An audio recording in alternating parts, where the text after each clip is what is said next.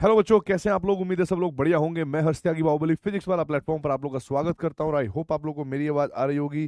तो सभी को गुड आफ्टरनून, नमस्ते, नमस्कार, हैप्पी संडे बच्चों। थोड़ा सा गले में मेरी दिक्कत होगी क्योंकि मैं रात, आपको याद होगा, मंजिल ली थी मैंने आपकी कल।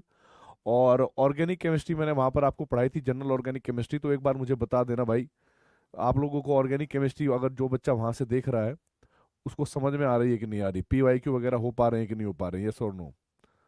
ठीक है। बहुत बढ़िया। अब देखिए भाई, यहाँ पर सबसे पहले मैं थोड़ा चिल्लाऊंगा कम आज क्योंकि गला मेरा बैठा हुआ है। ठीक है। लेकिन हाँ, आज आप लोगों को वापस से वही जो मैंने पढ़ाया था उस पर आधारित कुछ क्वेश्चंस कराऊंगा। और एक बात और बताना चाहता हूँ भाई मैं आप लोगों को, जैसे ये तो मैंने आपको पहले बताया ही थे। ठीक है। कि अगर हमारे पास ठोस अवस्था होगी और ये बेटा आपके पास घन का विकर्ण है, तो घन का विकर्ण होता था √3a। लेकिन कभी कभी √3a बोलते हुए, √3a, देखो √3a ये अलग दिख रहा है, तो बोलते हुए कभी कभी ये गलती भी हो सकती है कुछ बच्चों से, कि वो ऐसे समझ लेते हैं कि कहीं √3a का मतलब ये तो नहीं है, ये भी तो √3 है बेटा, ये भी तो √3a है। तो बच्चों से गलती ना हो जाए इसीलिए मैं बोलता हूं हमेशा इसको a√3, a√3, ताकि पता लग जाए कि a बाहर है, √3 अलग है। और ऐसे ही बेटा जो ये √2 है, इसको मैं क्या बोलता था बेटा, a√2। अब यहाँ पर क्या है भाई, यहाँ पर ये बताया गया है कि अगर हमारे पास ये भुजा का केंद्र है और यहाँ पर भुजा का केंद्र है, तो इनके बीच की दूरी कितनी होगी, क्योंकि आगे चल के हो सकता है इसका यूज हो, और होगा ही 100%। ऐसा तो हो नहीं सकता, हो नहीं सकता भाई, होएगा 100%। मैं तो बता रहा हूँ आपको। तो ये जो दो पॉइंट होंगे, जैसे मान लो ये भुजा का केंद्र और ये भुजा का केंद्र, इसके बीच का डिस्टेंस मुझे निकालना है। तो बेटा इसको निकालने का तरीका मैं बताता हूँ क्या है। दो तरीके होंगे अलग अलग, और दोनों तरीके बता देता हूँ मैं।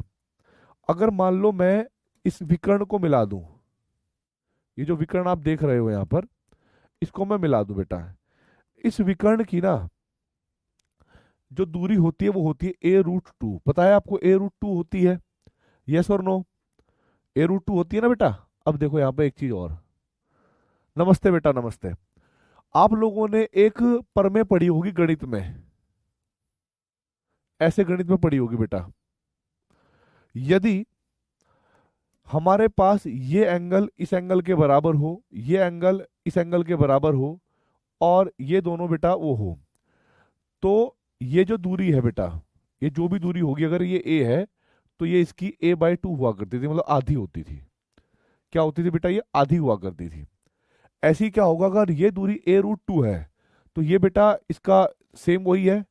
क्या इसको बोलते हैं हिंदी में शायद, मतलब थ्योरम होती थी, मैं भी 9th क्लास में 10th क्लास में गणित पढ़ा हूं भाई। ठीक है। तो ये जो दूरी है ये हमारे पास डायरेक्ट निकल के आ जाएगी इसका आधा, यानी a√2 का आधा कितना होता है बेटा, a/√2। तो ये दूरी निकल के आ गई बेटा हमारे पास a/√2। आशा करता हूँ कि यहाँ तक समझ में आ गया होगा। और अगर मान लो फिर भी नहीं समझ में आया, तो फिर देखो, यहां से लेकर यहां तक की दूरी है a/2, यहां से लेकर यहां तक की दूरी है बेटा a/2। अब आपको पता है, अगर ये दूरी आपको निकालनी है, जिसको मैंने बोल दिया h और n, दो पॉइंट दे दिए h और n, h n के बीच की दूरी निकालनी, तो कर्ण हो गया। ठीक है। और कर्ण हो गया बेटा, तो जो कर्ण है हमारे पास, कर्ण का वर्ग क्या हो जाएगा भाई, कर्ण का वर्ग बराबर होगा आधार का वर्ग प्लस लंब का वर्ग। अगर आप उससे भी निकालोगे तो भी ये बेटा a/√2 ही आएगी। ठीक है। अरे हार मत भाई, तू हार मत भाई। हाँ, इसको बोलते थे ना, कोई थ्योरम पर में बोलते थे बेटा। और तो इसीलिए मैं क्या बोलता हूं यहाँ पर, ये a/√2 दूरी है, ये h और n। ठीक है, ये वाली दूरी है। इन्होंने भी खैर ये बता रखी है कि a/√2 है, ये मैंने भी आपको बता दी। उसके बाद ये मैंने आपको पढ़ा दिया है बेटा, ब्रेव जालक, SCC वगैरह तो पढ़ा दी है। ठीक है। ये भी बता दिया है कि देखो भाई, SCC में जो आपके पास परमाणु होते हैं वो ऐसे होते हैं, चार आठों के आठों कोनों पर होते हैं। तो जो SCC होगा, एक कोना ये, एक कोना ये, एक कोना ये, एक कोना ये नीचे। ठीक है। अगर आप इसमें SCC बनाओगे ना, आप इसमें SCC बनाओगे बेटा, तो कुछ ऐसे बनेगी, ऐसे, ऐसे, ऐसे, ऐसे। ठीक है, ऐसे फिर ऐसे फिर ऐसे फिर ऐसे, ठीक है, फिर ये SCC। तो तुम्हें आइडिया लग जाएगा कि भाई मैं कैसे बोलता था कि भाई हर कोने पे एक परमाणु होता है, तो वो इस तरीके से हुआ करता था। ठीक है, हर कोने पे परमाणु ऐसे होता था बेटा, राइट। अब देखो बेटा, अब देखो बेटा एक बात यहां पर, आप लोगों को SCC में कल मैंने दूरी बताई थी, इन्होंने एक 2015 में क्वेश्चन दिया। इन्होंने क्या कहा बेटा, सोडियम धातु 4.29 एंगस्ट्रॉम एकक कोष्टिका। एकक कोष्टिका क्या होती है बेटा, जो हमारे पास सिंपल SCC होती है। ठीक है, एकक कोष्टिका कोर का मतलब होता है SCC के साथ अंतः केंद्रित, सॉरी, एक कोष्टिका में अंतः केंद्रित घनीय जालक बनाती है। अंतः केंद्रित होता है मतलब जो बॉडी सेंटर होता है बेटा। ठीक है, क्या होता है भाई, बॉडी सेंटर, BCC बनाती है, क्रिस्टल होती है। सोडियम परमाणु की त्रिज्या बतानी है क्या होगी। अब देखो बेटा, ये धातु की एकक कोष्टिका की कोर की लंबाई दे रखी है। ये क्या दे रखी है बेटा, कोर की लंबाई। आप लोग जानते हो जो BCC होता है ना, BCC जो मैंने पढ़ाया था वो काम आएगा बेटा अब, ठीक है, लास्ट में। अब देखो यहां पर, ये हमारे पास मान लो BCC होगा इस तरीके से, और आप लोग ये जानते होंगे BCC में जो परमाणु होते हैं ना, वो एक तो कोने के, क्योंकि यहां पर जो परमाणु होंगे बेटा वो कहाँ कहाँ पर होंगे, एक तो ऐसे कोने पर होंगे, और बेटा एक बीच में होंगे कहीं। और आपको याद होगा, ये जो आपके पास दोनों कोने हैं, जैसे ये वाला कोना पीछे वाले कोने के साथ मिल रहा होगा, ये वाला कोना पिछले वाले कोने के साथ मिल रहा होगा। अब ये जो दूरी है हमारे पास, ये दूरी हो रही होती थी बेटा A√3 टोटल। तो यहाँ पर A और R में एक संबंध निकाला करते थे हम लोग। A और R के बीच में संबंध क्या आएगा बेटा, ये R है, ये यहां से लेकर यहां तक की दूरी 2R है, और ये R है। तो इन सबको जोड़ लो, वो A√3 के बराबर आ गया। तो हमारे पास A√3 बराबर किसके आ गया बेटा, 4R के। R का मतलब क्या हो गया कि ये त्रिज्या हो गई परमाणु की, सोडियम परमाणु की, जो BCC बनाता है, और ये हो गई कोर की लंबाई। बस इस फॉर्मूले से त्रिज्या निकल के आ जाएगी डायरेक्ट। कैसे भाई, अगर A का मान हमें दे रखा है 4.29, √3 का मान 1.732 होता है, बराबर यहां पर 4 करना और R निकाल देना भाई। जब आप इसको हल करोगे ना दोस्तों, ठीक है, जब आप इसको हल करोगे तो हमारे पास जो करेक्ट आंसर आएगा वो क्या आएगा बेटा, 4.29 गुणा 1.732 भाग 4, तो जो दूरी आएगी R, वो आएगी हमारे पास 1.857 एंगस्ट्रॉम। अब क्योंकि यहाँ दशमलव के 2 स्थान तक दे रखा है मान, तो आप लोग क्या करोगे भाई, तीसरा मान हटा दो, यानी 7 जो है 5 से बड़ा मान है, इसको हटाओगे तो बेटा R बराबर 1.86 एंगस्ट्रॉम आएगा बेटा। तो करेक्ट आंसर क्या आ गया बेटा हमारे पास C। तो मुझे ये बताओ भाई कमेंट बॉक्स में, क्या आप लोगों को सॉलिड स्टेट के जो क्वेश्चन है ये आपको समझ में आ रहे हैं। इसमें केवल मैंने आपको बताया था स्टार्टिंग में ही कि बेटा इसमें सब कुछ इमेजिनेशन का खेल है, इसीलिए स्टार्टिंग के कुछ लेक्चर मैंने सिर्फ इमेजिनेशन करवाने पर ही आपका दिमाग यूज करा, ठीक है, और मैंने ज्यादा चीजें इसमें ऐड ऑन नहीं करी, ठीक है। और जब आपको इमेजिनेशन हो रहा है कि अच्छा BCC में ऐसा होता है, सर ने बताया था ये ऐसे ऐसे परमाणु जुड़े होते हैं, कोने वाला परमाणु, बीच का परमाणु और कोने वाला परमाणु ये आपस में कनेक्ट होते हैं, ठीक है, इनकी दूरी इस तरीके से 4R होगी, और ये A√3 के बराबर रख दिया होगा, डायरेक्ट आंसर निकाल दिया होगा। अच्छा सत्यम, मेरे पास तुम्हारा नंबर है, बस अपने पास ही रखना बेटा, किसी को देना मत, ठीक है। अब देखो अगला क्वेश्चन क्या होगा, एक तत्व A कोष्टिका कोर फलक केंद्रित घनी यानी FCC, फलक केंद्रित FCC एकक कोष्टिका में क्रिस्टल होता है। क्रिस्टल में जालकों के दो निकटतम अष्टक फलकीय रिक्तियों के केंद्रों के मध्य की दूरी बतानी है बेटा। अब ये वाली चीजें मैं आपको बताता जरूर। मैं आप लोगों को एक बात बताना चाहता हूँ भाई, अगर आप लोगों को थोड़ा सा, मैंने शायद ये तो नहीं पढ़ाया अभी तक, ये पॉइंट अभी मैं पढ़ाऊंगा, ये वाला बताना है। वो जो पहले वाला था ना वो मैं अभी नहीं बताऊंगा, वो जैसे ही क्वेश्चन खत्म हो जाएंगे फिर उसके बाद बताऊंगा वॉइड्स, जब वॉइड्स पढ़ाऊंगा। अभी मैंने रिक्तियां नहीं पढ़ाई, अभी मैंने आपको पता होगा रिक्त स्थानों के बारे में बोला नहीं है, कहां पर क्या बनता होगा, लेकिन जैसे ही होगा बता देगा तुम्हारा भाई। देखिए बेटा, कॉपर 361 पिकोमीटर की एक लंबाई के साथ एफसीसी में क्रिस्टलीकृत होता है कॉपर परमाणु की त्रिज्या बतानी है, क्या होगी। और मैं चाहता हूं कि ये क्वेश्चन आप खुद करें, ठीक है। मैं चाहता हूं भाई ये क्वेश्चन आप खुद करें कि अगर कोई एफसीसी बना रहा है, अगर कोई एफसीसी बना रहा है तो आप इमेजिन कर ही सकते हो भाई कि हमें एफसीसी बनाना है। परमाणु कहाँ कहाँ पर होते हैं भाई? फलक के केंद्रों पर, फलक के केंद्रों पर और कोनों पर। और यानी यहां पर कौन कौन से परमाणु टच करते हैं ये दिमाग में होना चाहिए बस आपके। आपको पता है कि यार ये तो सर ने बताया था हमें कि एक तो जो कोने के परमाणु है और एक जो बीच का परमाणु है केंद्र पर, ये आपस में टच होते हैं, ठीक है। इसमें यहां तक की दूरी r है, यहां तक 2r है और यहां तक r है। और ये पूरी दूरी क्या होती है बेटा? वर्ग का विकर्ण क्या होता है? a√2। बात समझ में आई? a√2। 4r कैसे? अरे आधा पर, ये परमाणु की त्रिज्या है, ये इसका डायमीटर है, ठीक है, और ये इसकी त्रिज्या है। इसमें बहुत लॉजिक की बात क्या है, अब ये जो a√2 है ये हमारे पास 4r के बराबर आ गया एफसीसी में। बीसीसी में ये 4r जो है a√3 के बराबर होता है। इसमें क्या बड़ी बात आ गई बेटा?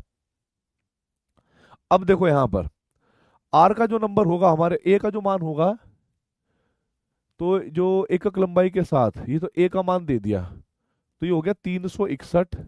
√2 का मान 1.414 और 4 यहां पर, और r हमें निकालना है। सिंपल है। अब मुझे बता बेटा, आपको ये पता लग गया कैसे आया ये a√2 4r के बराबर? 1.414 डिवाइड 4, तो r का मान आ गया बेटा 127.61 पिकोमीटर। 127.61 पिकोमीटर। अगर आप इसको राउंड ऑफ करोगे तो हमारे पास जो आंसर आएगा वो बी आएगा। क्यों?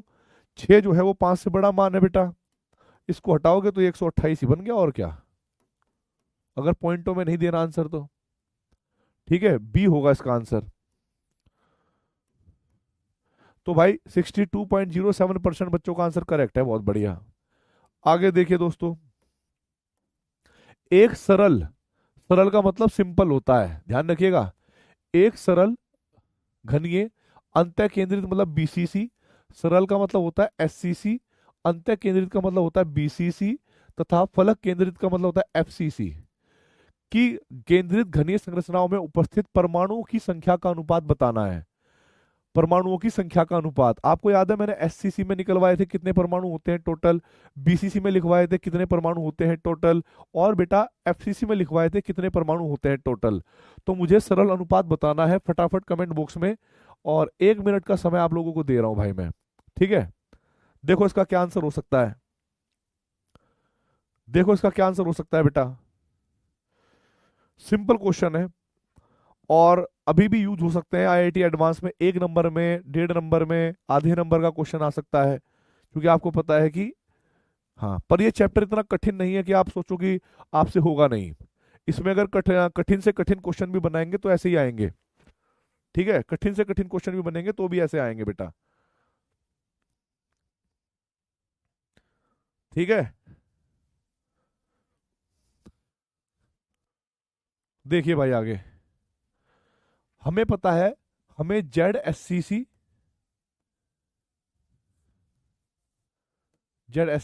अनुपात जेड बी सी सी अनुपात जेड एफ सी सी निकालना है, मतलब इनके अनुपात। तो मैंने, आपको याद होगा, एससीसी में 1 हुआ करता था, बीसीसी में 2 हुआ करते थे, और एफसीसी मैंने 4 कैलकुलेट करे थे। तो 1 2 का 4 आएगा बेटा, और 1 2 का 4 बी आंसर हो गया भाई। सोचो बेटा, उस जमाने में जब भी क्वेश्चन आते होंगे, अब इस चैप्टर को हटा के नुकसान करा या फायदा करा जेईई मेंस वालों का? लोगों को तो लगता होगा सॉलिड स्टेट चैप्टर हट गया तो हमारा सिलेबस छोटा हो गया, लेकिन किस्मत देखो भाई, क्वेश्चन कैसे कैसे आते थे पहले। 2012 का क्वेश्चन, 2019 का क्वेश्चन है ये, ठीक है। 69.7% बच्चों का आंसर करेक्ट है भाई। आगे देखिए दोस्तों, ठोसों के संकुलन के विषय में आपको निम्नलिखित में से कौन सा गलत कथन है ये बताना है। 2013 का क्वेश्चन है, और इसमें ये जो आपको दे रखी है ना, संकुलन की उपसह संयोजक संख्या, ये प्रथम उपसह संयोजक संख्या है। कोऑर्डिनेशन नंबर प्रथम प्रथम वाले दे रखे हैं, ठीक है। तो आपको ये बताना है कि भाई कौन सा करेक्ट है कौन सा इनकरेक्ट है। तो आपके पास समय चालू होता है अब। ध्यान से स्टेटमेंट पढ़िए, और सब कुछ हमने पढ़ रखा है बेटा। हाँ, अरे सब ठीक है, ऑल डन है, बस थोड़ा बोलने में मेरे को दिक्कत हो रही है। ठीक है, और कोई दिक्कत नहीं है। बहुत ठीक।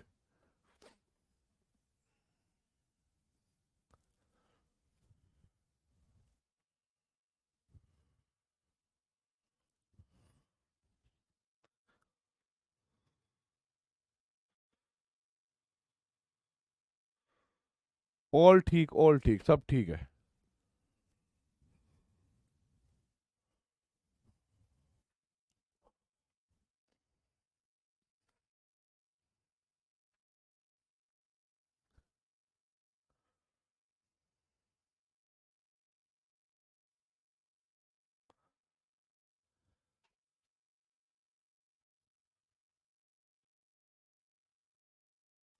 देखो बेटा, ठोसों में संकुलन के विषय में निम्नलिखित में से कौन सा कथन गलत है?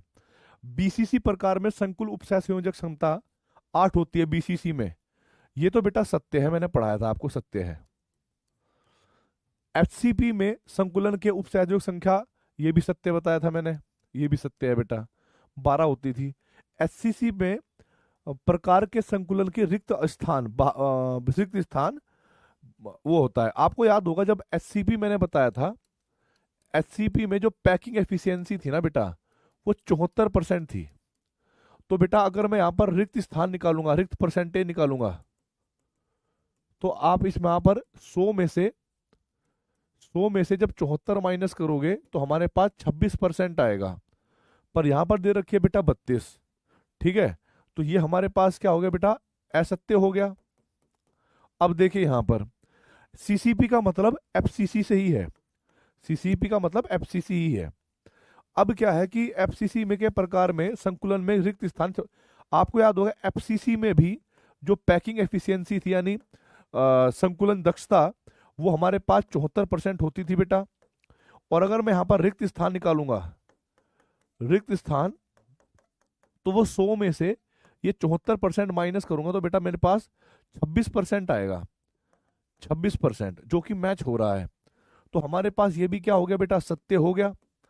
आपको लग रहा होगा कि मैंने सिर्फ आपको कहानी सुनाई, उस टाइम पर मैं बोलता बोलता गया, सब लोग बोलते हैं पढ़ाते हुए, तो सर भी बोल रहे होंगे।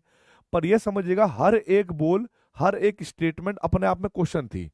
इसीलिए भाई ये क्वेश्चन केवल स्टेटमेंट बेसिस है, तो गलत कथन हमारे पास सी हो जाएगा, और आप लोगों का जो आंसर होगा, करेक्ट आंसर होगा सी, 38.3%।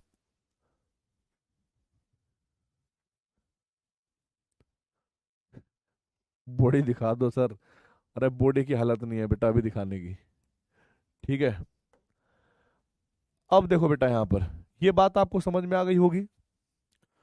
अब मैं थोड़ा रिक्तियों से पहले,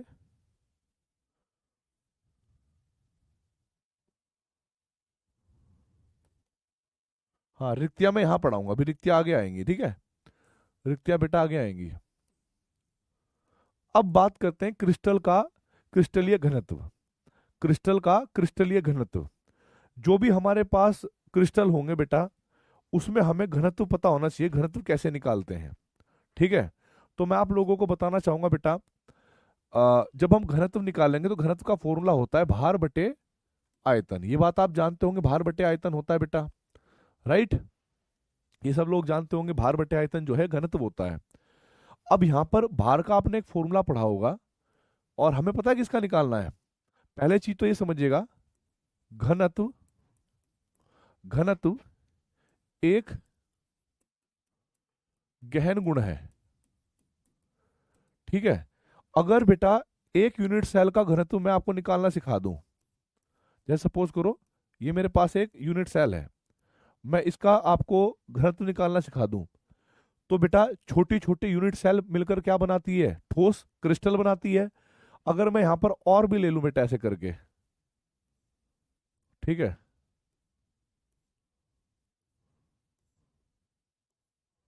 ठीक है, ऐसे कर करके बहुत सारी ले लूं भाई।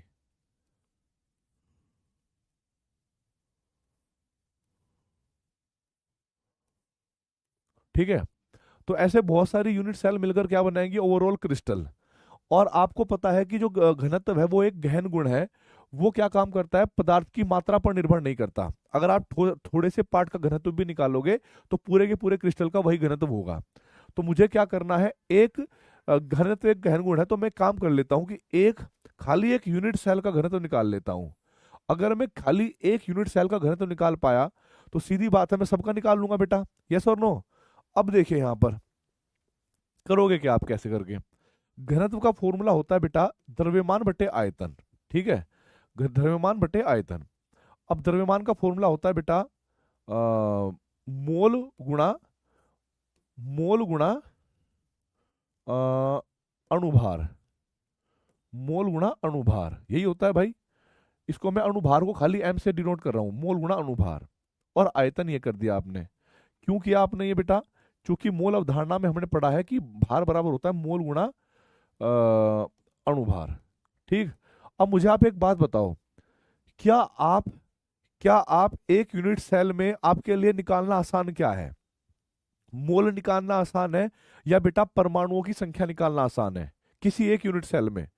जैसा कि हमें याद हो चुकी है, निकालने की भी जरूरत नहीं है, वो हमें याद हो चुकी है। कैसे भाई, आपको पता होगा एससीसी में 1 होती है, बीसीसी में 2 होता है, एफसीसी में 4 होता है, राइट। और जब हम बात करते हैं एचसीपी की उसमें 6 होती हैं। तो इस तरीके से हम क्या कहेंगे भाई यहां पर, यस गहन गुण है। तो हमारे पास क्या होगा कि हमारे लिए पार्टिकल निकालना आसान है। तो हम लोगों ने क्या करा कि मोल बराबर होता है पार्टिकलों की संख्या बटे अवगाद्रो नियतांक। अब जो ये चैप्टर है सॉलिड स्टेट, इसमें हम लोग अणुओं की संख्या को डिनोट कर रहे हैं जेड से। तो यहां पर एन की जगह पर जेड रख दिया और अवगाद्रो नियतांक कर दिया एन ने। तो आपका जो डेंसिटी का फॉर्मूला होगा बेटा जेड बटे एन ने कर दो ऐसे, और एम बटे आयतन, ठीक है, बटे आयतन ये कर दो बेटा। आपका भाई फॉर्मूला तैयार हो गया, ठीक है। जेड एम बटे एन ए भी ये तैयार हो गया आपका फॉर्मूला, ठीक है। इससे आप घनत्व निकालोगे, इससे आप क्या निकालोगे बेटा, घनत्व निकालोगे। अब देखो यहां पर कुछ क्वेश्चंस हैं, और एक क्वेश्चन देखने पर खतरनाक लगे होंगे पर वैसे आसान है। 2.7 गुणा 10 की घात -2 किलोग्राम प्रति मोल, ये किलोग्राम प्रति मोल मोलर द्रव्यमान है, ठीक है। आप इसको ग्राम में भी कन्वर्ट कर सकते हो, कोई दिक्कत नहीं है। अब मोलर द्रव्यमान, ठीक है, मोलर द्रव्यमान वाला एक तत्व 405 पिकोमीटर कोर की लंबाई, ये है बेटा कोर की लंबाई यानी ए। ये क्या है बेटा हमारे पास, ए कोर की लंबाई वाले एक घननीय एकक कोष्टिका बनाता है। यदि इसका घनत्व 2.7 गुणा 10 की घात 3 किलोग्राम प्रति मीटर क्यूब है। ध्यान रखना है किलोग्राम प्रति मीटर क्यूब में रखा गया है। तो है तो तत्व की त्रिज्या कितनी होगी ये बतानी है आपको, तत्व की त्रिज्या कितनी होगी ये बतानी होगी। अब देखो मैं आपको क्या बताऊंगा, यहां पर आप क्या करोगे। आप लोग जो है सबसे पहले घनत्व का फॉर्मूला लिखोगे। घनत्व का फॉर्मूला क्या है बेटा, जेड, ठीक है, जेड गुणा अणुभार बटे एन ए, और गुणा बेटा यहां पर क्या करते हो आप लोग, आयतन। और जो एससीसी कह लो, एफसीसी कह लो, ये घन है, और घन का आयतन क्या होता है बेटा, ए क्यूब। घन का आयतन क्या होगा बेटा, यहां पर ए क्यूब होगा। अब आप घनत्व की जगह पर आपने मान रख दिया ये 2.7 गुणा 10 की घात 3 किलोग्राम प्रति मीटर क्यूब। तो आपने रख दिया बेटा 2.7 गुणा 10 की घात 3 किलोग्राम प्रति मीटर क्यूब। जेड आप निकालोगे, जेड निकाल के ही अंदाजा लगेगा। त्रिज्या कैसे निकालोगे आप, अणुभार दे रखा है उन्होंने इतना बेटा, 2.7 गुणा 10 की घात -1 किलोग्राम प्रति मोल, क्योंकि इधर भी किलोग्राम था तो कट जाएगा वो, ठीक है। और भाई एन का मान 6.02 गुणा 10 की घात 23, और इसका मान दे रखा है 405 पिकोमीटर। तो जब आप इसका वो करोगे भाई, घन करोगे, तो 405 पिकोमीटर का मतलब है 10 की घात -12, और इसका आप क्यूब करोगे, ठीक है। क्या करोगे आप, इसका क्यूब करोगे। जब आप यहां पर देखोगे दोस्तों, तो 2.60 से 2.7 काट देना, और ये 10 की घात 4 इधर लिख देना, ठीक है। तो 10 की घात 4, और ब्रज गुणा करके इसको इधर ले जाओ, 6.02 गुणा 10 की घात 23, ठीक है। और इसको आप लिखोगे ऐसे करके 405 गुणा 405 गुणा 405, 10 की घात, ठीक है, गुणा 10 की घात कितना हो जाएगा भाई, 12 तिया 36, 12 तिया कितना हो गया भाई 36 हो गया, तो माइनस के 36 हो गया बेटा ऐसे करके, माइनस के 36, और बराबर हो गया जेड के, बराबर हो गया बेटा जेड के। अब आप इसको जब हल करोगे तो आप देखोगे भाई ये है 23 और ये है 4, तो 27 बेटा किससे कट गए, इससे, तो 10 की घात -9 बचा, ठीक है, 10 की घात -9 बचा। अब भाई इसको हल करके देखते हैं क्या मान आएगा, 6.02 गुणा 405 गुणा 405 गुणा 405, ठीक है, तो ये मान आया बेटा हमारे पास 3,9,9,0,9,3,5,2.5 गुणा 10 की घात -9 बराबर जेड। अब देखो बेटा 1 2 3 4 5 6 7 8, 1 2 3 4 5 6 7 8, यहाँ तो 9 आना है ना, -9, ठीक है।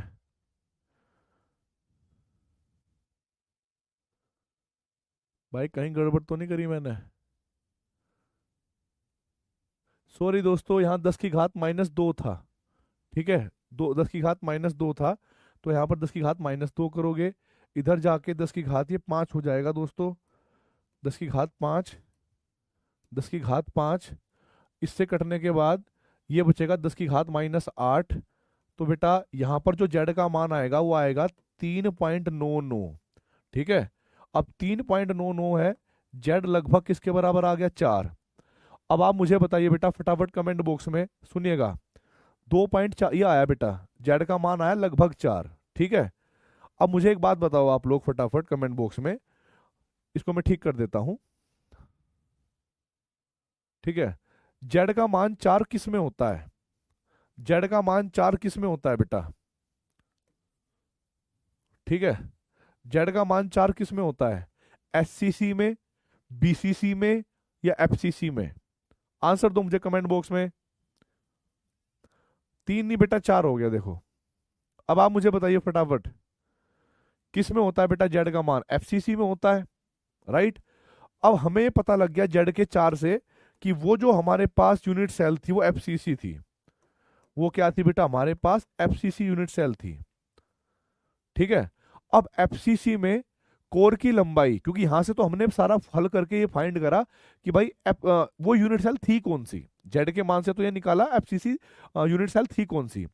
अब हमें एफसीसी पता लग गया है, तो एफसीसी में आपको पूछी क्या है, परमाणु की त्रिज्या, भाई तत्व की त्रिज्या पूछी है, तो आप लोग जानते होंगे एफसीसी में,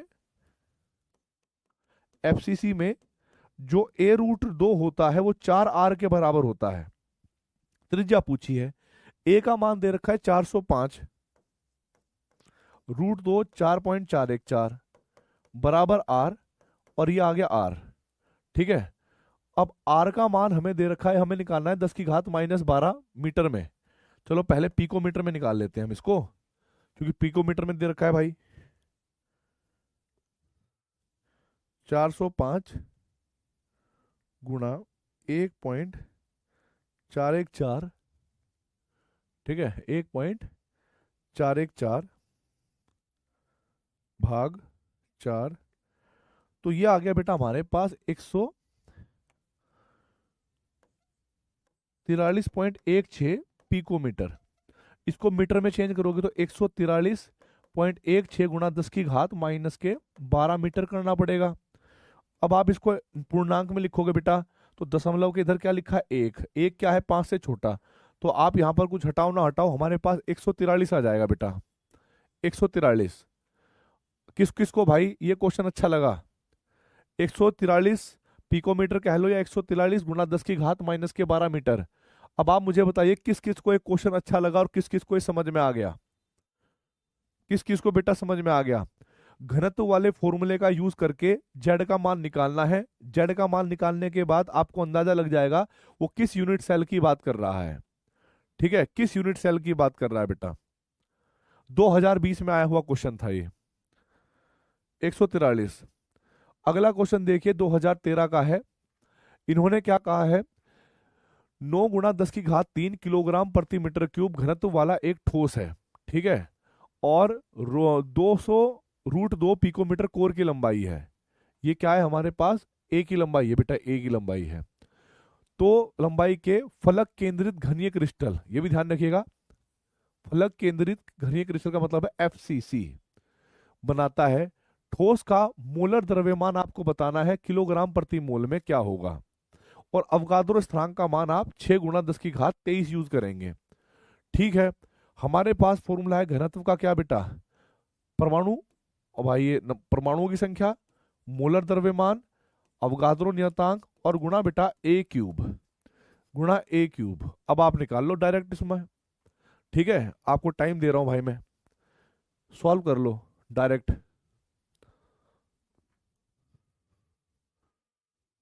सब बढ़िया है भाई साहब, सब बढ़िया है, एक नंबर। अरे थोड़ी तबीयत ठीक नहीं है बस, और कोई बात नहीं है बेटा। आज जनाब सब ठीक है। अब देखो बेटा, जिसको लग रहा था कि भाई इसमें क्या है कि फलक केंद्रित घनीय क्रिस्टल है, तो जब अलग से दे दिया तो सीधा मतलब क्या हो गया, जेड का मान 4 होगा पक्का। ठीक है, जेड का मान 4 हो गया। ए का दे रखा है भाई कोर की लंबाई, तो उसका घन कर देना। एन ए का मान घनत्व दे रखा है कितना भाई, 9 गुणा 10 की घात 3 किलोग्राम पर मीटर क्यूब है। अब जेड का मान कितना होगा बेटा हमारे पास 4। अणुभार हमें क्या करना है, ज्ञात करना है। एन ए का मान होगा 6 गुणा 10 की घात 23। और भाई ए क्यूब का जब आप यहाँ पर इसकी क्यूब करोगे, पहले तो इसको आप 200 रूट 2 पिकोमीटर को मीटर में लिखोगे, तो हमारे पास आएगा बेटा 200 का घन रूट 2 का घन, और पिकोमीटर का मतलब है 10 की घात -12 इसका घन। तो ये हमारे पास आंसर होगा भाई। तो देखो यहां पर हमारे पास क्या होगा भाई, यहां पर 9 गुणा 10 की घात 3 गुणा 6 गुणा 10 की घात 23। 200 का आप करोगे भाई तो इसको आप लिख दोगे 2 दूनी 2, 2 गुणा 100, तो आप इसको लिख दो भाई 8, और 100 का बेटा 10 की घात 6, रूट 2 का लिखोगे आप 2 रूट 2, और 10 की घात माइनस इसका लिख दोगे आप 10 की घात माइनस के 36, बराबर। यहां पर लिखा आपने 4, यहां पर लिखा आपने 4, और यहां पर लिखा बेटा आपने अणुभार। अब देखो यहां पर जब आप हल करोगे दोस्तों, तो आपको प्राप्त होगा कि भाई इस 2 से ये 2 में कट गया, और इस 2 से, ठीक है, ये 4 में कट गया। अब हमारे पास जो बचा उसको हल कर लो। 10 की घात 23 और 3 कितने हो गए 26, और 26 और 6 कितने हो गए बेटा 32। तो इन 32 से सब कट के ये आ गया हमारे पास -4। ठीक है, अब देखते हैं भाई जो बचे हुए उनका मान क्या होगा। तो यहां पर हमारे पास जो अणुभार आएगा वो होगा 9 गुणा 6 गुणा 4 गुणा, ये रूट 2 है ध्यान रखना, रूट 2 भी है, और 10 की घात -4। अब देखते हैं भाई क्या मान आएगा इसका। ठीक है, अब देखो बेटा क्या आएगा इसका मान, 9 गुणा 6 गुणा 4 गुणा रूट 2, यानी 1.414, 305 आया भाई। कितना आया भाई, 305.4 गुणा 10 की घात -4, आगे लेके चलोगे तो 0.0305 आएगा भाई। ठीक है, किलोग्राम प्रति मोल में। तो हमारे पास जो करेक्ट आंसर आ गया भाई वो सी आ गया। सी वालों को आप टिक कर दोगे और आगे बढ़ जाओगे। ठीक है, सी वालों को टिक कर दोगे और आगे बढ़ जाओगे भाई। तो सी हमारे पास ऐसे आ गया भाई। 29.03% बच्चों का आंसर करेक्ट है। आधे बच्चों ने पता नहीं क्यों जल्दबाजी में आंसर दिया, पर ठीक है, कोई नहीं। अब देखो बेटा, नेक्स्ट क्वेश्चन है। एक द्विक परमाणु अणु X2 की 300 पिकोमीटर कोष्टिका कोर के साथ एक अंतः केंद्रित घनीय बीसीसी संरचना है। अणु का घनत्व इतना है 200 ग्राम। ठीक है, 200 ग्राम X2 में उपस्थित अणुओं की संख्या बतानी है। अणुओं की संख्या बतानी है, अवगाद्रो नियतांक कितनी है। तो भाई ये तो बात में है कि इसमें 200 ग्राम में अणु कैसे निकालेंगे, तो बात की कहानी है। ठीक है, पहले आप लोग क्या करोगे बेटा, मैं आपको सिंपली दे रहा हूं, होमवर्क दूंगा मैं इसको।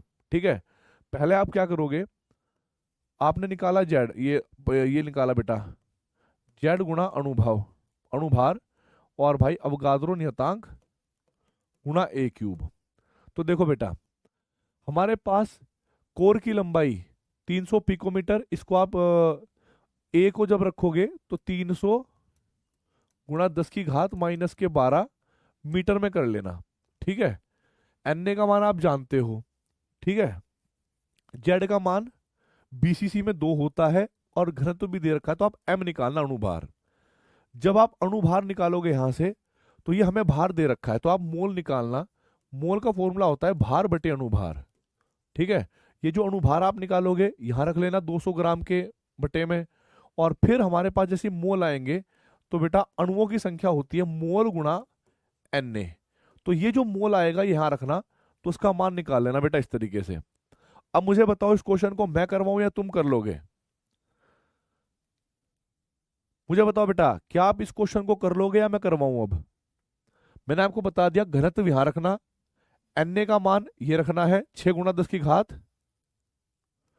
23, ए की वैल्यू यहां से आएगी। जेड का मान बीसीसी में कितना होता है बेटा, बीसीसी में जेड का मान 2 होता है। अणुभार निकाल लेना, और जैसे आप अणुभार निकालोगे तो भार बटे अणुभार से मोल निकाल लेना। आपने पता होगा, मोल को अवधारणा में हमने ये चैप्टर पढ़ा है। और उसके बाद अवगाद्रो संख्या होगी मोल गुणा एन ए। ठीक है, मोल गुणा एन ए। अब देखिए भाई आगे,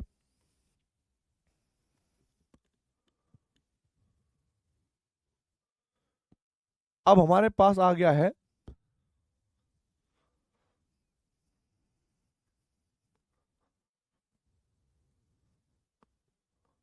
देखो भाई, अब आगे, अब ये बात कर रहा है बेटा क्रिस्टलीय, एक बात देखना, क्रिस्टलों को, क्रिस्टलों में अंतरकाशी या रिक्तियों का छिद्र, रिक्तियां या जिनको छिद्र बोलते हैं।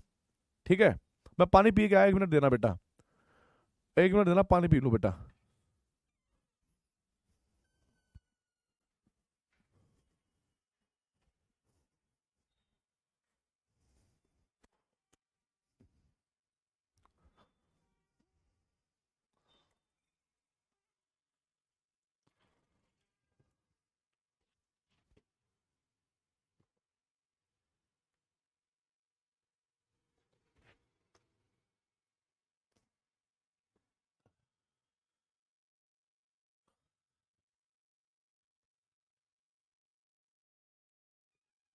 आगे भाई, देखो अब यहाँ पे, थैंक यू थैंक यू। अब है बेटा क्रिस्टलों में अंतरकाशी या रिक्तियां या छिद्र। ठीक है, ये कैसे बनती होंगी, तो आप लोगों ने पहले 2D में समझना है, फिर 3D में समझोगे, है ना। तो पहले मैं आपको 2D में समझा देता हूं बेटा। 2D में क्या होता है, अगर मान लो कोई मेरे पास इस तरह की पैकिंग है। ठीक है, इस तरह की पैकिंग है, क्योंकि ये सारा खेल ज्योमेट्री का है बेटा, सारा खेल ही ज्योमेट्री का है। तो यहां पर मेरे पास एक परमाणु है, मेरे पास दूसरा परमाणु है, तीसरा परमाणु आ गया,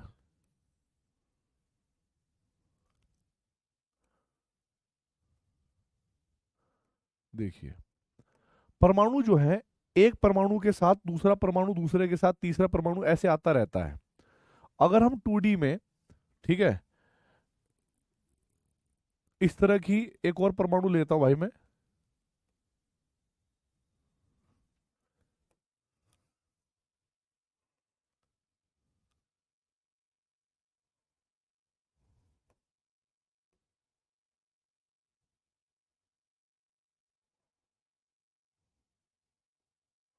ठीक है।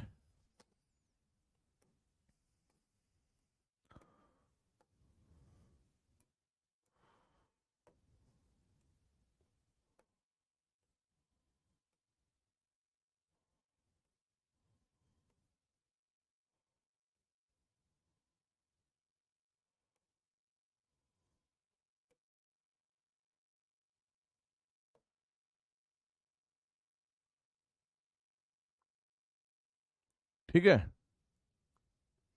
देखिए भाई,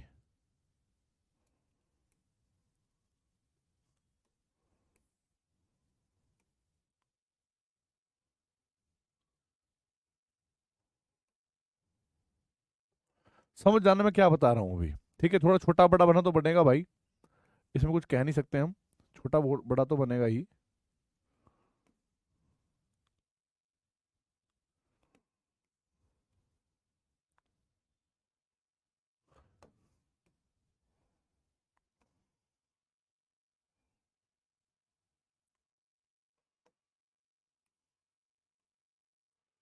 देखो बेटा, ये जो पैकिंग है ना, ये पैकिंग है, आप देखना 2D के अंदर अगर ये वाली लेयर अलग दिख रही होगी और इसके समानांतर ये लेयर अलग दिख रही होगी, पर ये अलग है, ये अलग है। इस लेयर के सामने नीचे की एक लेयर आएगी, फिर इसके सामने एक और लेयर आएगी, फिर उनके बाद फिर ये लेयर आएगी, ऐसे करते हुए चलती रहेगी और एक ठोस जो है वो बनता रहेगा।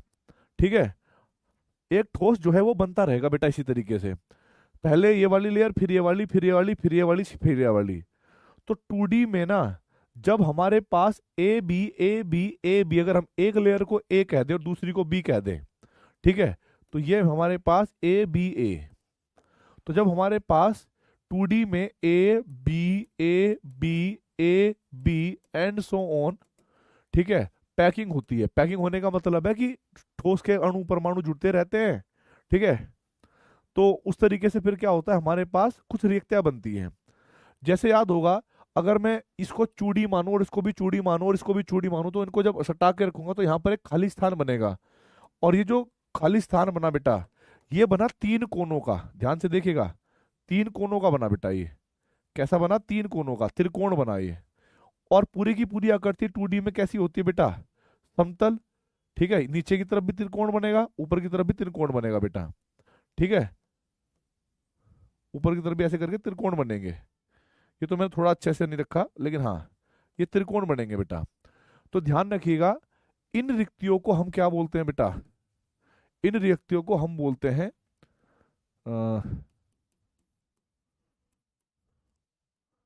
त्रिकोणीय समतल, त्रिकोणीय समतल रिक्तियां, त्रिकोणीय समतल रिक्तियां, ये 2D में है। और अगर मेरे पास ऐसा कुछ होता, ठीक है, कि पैकिंग मेरे पास केवल और केवल एक जैसी होती, जैसे ये हमारे पास ए,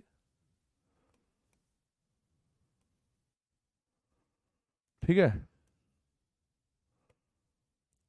और इसके समानांतर कोई परमाणु होता,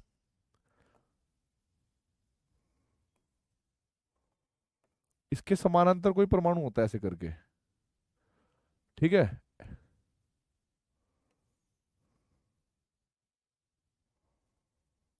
ठीक।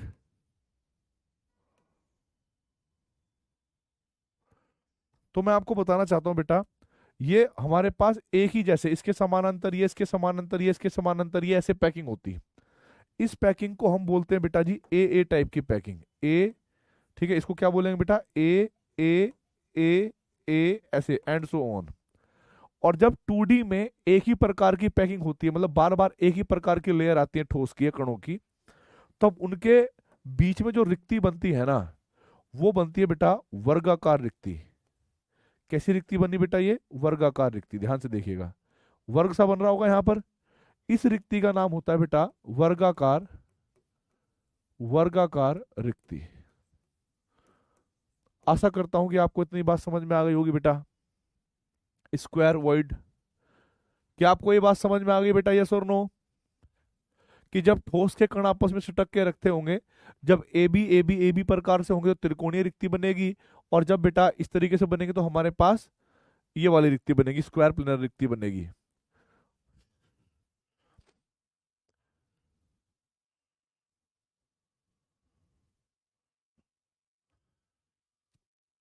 यहां तक क्लियर है भाई? Crystal clear? क्रिस्टल क्लियर हो गया?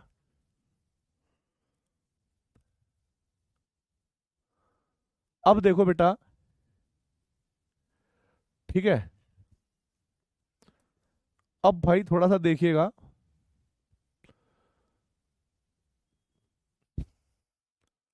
बढ़े आगे।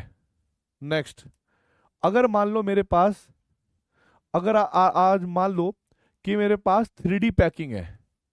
कैसी पैकिंग है बेटा? 3D पैकिंग है, ठीक है। 3D पैकिंग में क्या होता है कि फुटबॉल मानते हैं गोले को। क्या मानते हैं बेटा? फुटबॉल मानते हैं एक अणु को। अब हमें समझता है कि जब एक फुटबॉल के साथ एक फुटबॉल सटा के रखेंगे, एक और फुटबॉल सटा के रखेंगे, तो उनके बीच में खाली स्थान बनेगा, ठीक है। और वहां पर भी वॉइड बनेंगे बेटा। अब वो वॉइड कितने प्रकार के होते हैं थोड़ा बताता हूं मैं। जैसे सबसे पहले मैं करता हूं आपकी ए बी पर टाइप की पैकिंग, ठीक है। ए बी टाइप की पैकिंग या ए बी ए टाइप की मान लो, ठीक है। तो यहां पर क्या हुआ भाई, एक मेरे पास इस तरीके से गोला आया, एक मेरे पास इस तरीके से गोला आया, एक मेरे पास इस तरीके से गोला आया, एक मेरे पास इस तरीके से गोला आया, ठीक है। और भाई फिर मेरे पास ये गोला आया, फिर मेरे पास ये गोला आया, और मेरे पास ये गोला आया। फिर उसके बाद बेटा ये गोला आया, पहले यहां से डाल देता हूं, ये गोला आया, ये गोला आया, ये गोला आया, ये गोला आया, राइट। तो ये तो अभी 1D में कराया आपने। 3D का मतलब होता है कि इस परत पर आपको ऊपर से भी परमाणु रखने हैं, ऊपर से भी परमाणु रखने हैं। तो अभी अगर आप इमेजिन करो इन 3 फुटबॉल को, इन 3 फुटबॉल को मैं इमेजिन करो बेटा, क्योंकि सारा खेल इमेजिनेशन का है। अगर आप इन 3 फुटबॉल को इनको इमेजिन करो, इनके केंद्रों को होते हुए, ठीक है। तो 3 फुटबॉल को अगर हम एक साथ समेट के रखते हैं, आप घर पे इमेजिन करिएगा प्लीज, कि तुम्हारे पास ऐसे एक फुटबॉल है, ऐसे एक फुटबॉल है, ऐसे फुटबॉल है, तो आपने उसको मिला के रख दिया। तो ये मैंने मिला के रख दी बेटा 3 फुटबॉल इस तरीके से। यहां तक कोई दिक्कत तो नहीं है? कोई दिक्कत तो नहीं है बेटा? अब देखो, इनके बीच में ये जो वॉइड बना, अभी ये क्या है बेटा? त्रिकोणीय दिख रहा है आपको, लेकिन ये तो 2D में हुआ ना त्रिकोण। अगर हम इसके ऊपर एक एक परमाणु और रख दें, मतलब जो हमारे पास गैप बनेगा, आप अगर उसके ऊपर कोई 3D में परमाणु रखना चाहोगे तो कहाँ सेट होगा? वो इसके गोलाई के ऊपर थोड़े ना सेट होगा।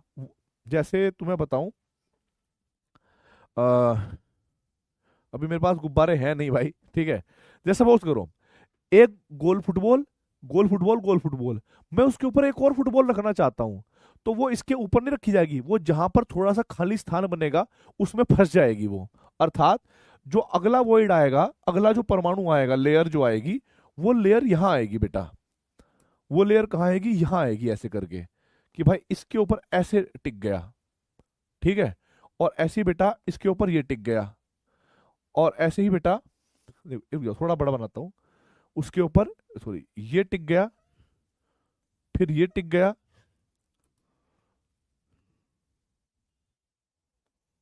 ये टिक गया, ये टिक गया,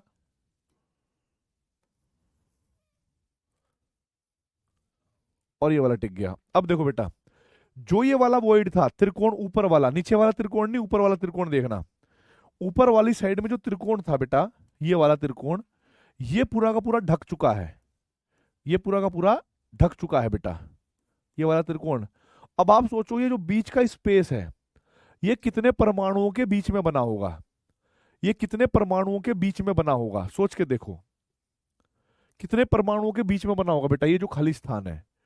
3 फुटबॉल तो वे जो नीचे लगी हुई थी, चौथी फुटबॉल ऊपर वाली, ठीक है, वहां पर भी थोड़ा सा गैप होगा। तो ये जो हमारे पास स्थान है बेटा, ये टोटल 4 परमाणुओं को टच करता है। क्या करता है? 4 परमाणुओं को टच करता है। इसीलिए इस परमाणु को हम क्या बोलेंगे बेटा? इस परमाणु को सॉरी इस रिक्ति को हम क्या बोलेंगे जो बेटा इनके बीच में बनी होगी 4 परमाणुओं के? चतुष्फलकीय रिक्ति। 3D में चतुष्फलकीय रिक्ति बनी बेटा ये, जिसको अंग्रेजी में हम बोलते हैं टेट्रा हेड्रल वॉइड। समझ में आई बात? अब ये देख के देखो बेटा, ऊपर वाले चाहे तो ये वाला ऊपर वाला मान लो, ठीक है, चाहे बेटा ये वाला ऊपर वाला मान लो, जो फुली कवर्ड हो चुका है, ऊपर वाले फुली कवर्ड हो गए हैं।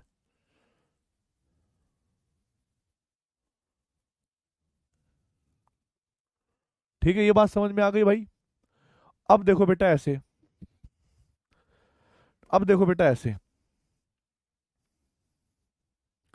अब देखो ऐसे, ये वाले जो रिक्ति थी नीचे वाली, नीचे वाली रिक्ति,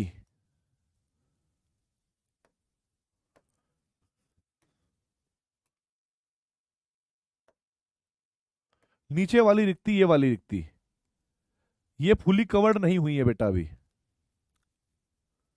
नीचे वाली रिक्ति फुली कवर नहीं हुई है, हुई तो नहीं है अभी तक कवर। अब ये जो रिक्ति है, नीचे के 3 हरे वाले परमाणु और ऊपर के 2 बेटा जी इस वाले परमाणु को भी टच कर रही हैं, मतलब पिंक वाले को भी, लेकिन अभी पूरी कवर नहीं हुई। लेकिन अगर मैं यहां पर, अगर मैं यहां पर इनके बीच में फुटबॉल रखूं, तो अगली फुटबॉल तो ऐसे आएगी बेटा, है ना, अगली फुटबॉल तो ऐसे आएगी बेटा।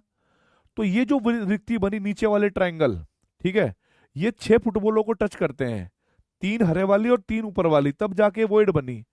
तो ये जो वॉइड आप लोग देख रहे होंगे बेटा, ये वाला वॉइड जो आप देख रहे होंगे, ये वाला, ठीक है, जो नीचे की तरफ त्रिकोण बनते हैं, जैसे ये वाला भी बने होगा, ये वाला भी बना होगा, ये वाला भी बना होगा, ऐसे ही ये वाला है तो ऐसे ही ये वाला है, ठीक है। जो नीचे की तरफ त्रिकोण बने थे पहले, वो 6 हमारे पास परमाणु को टच करती है।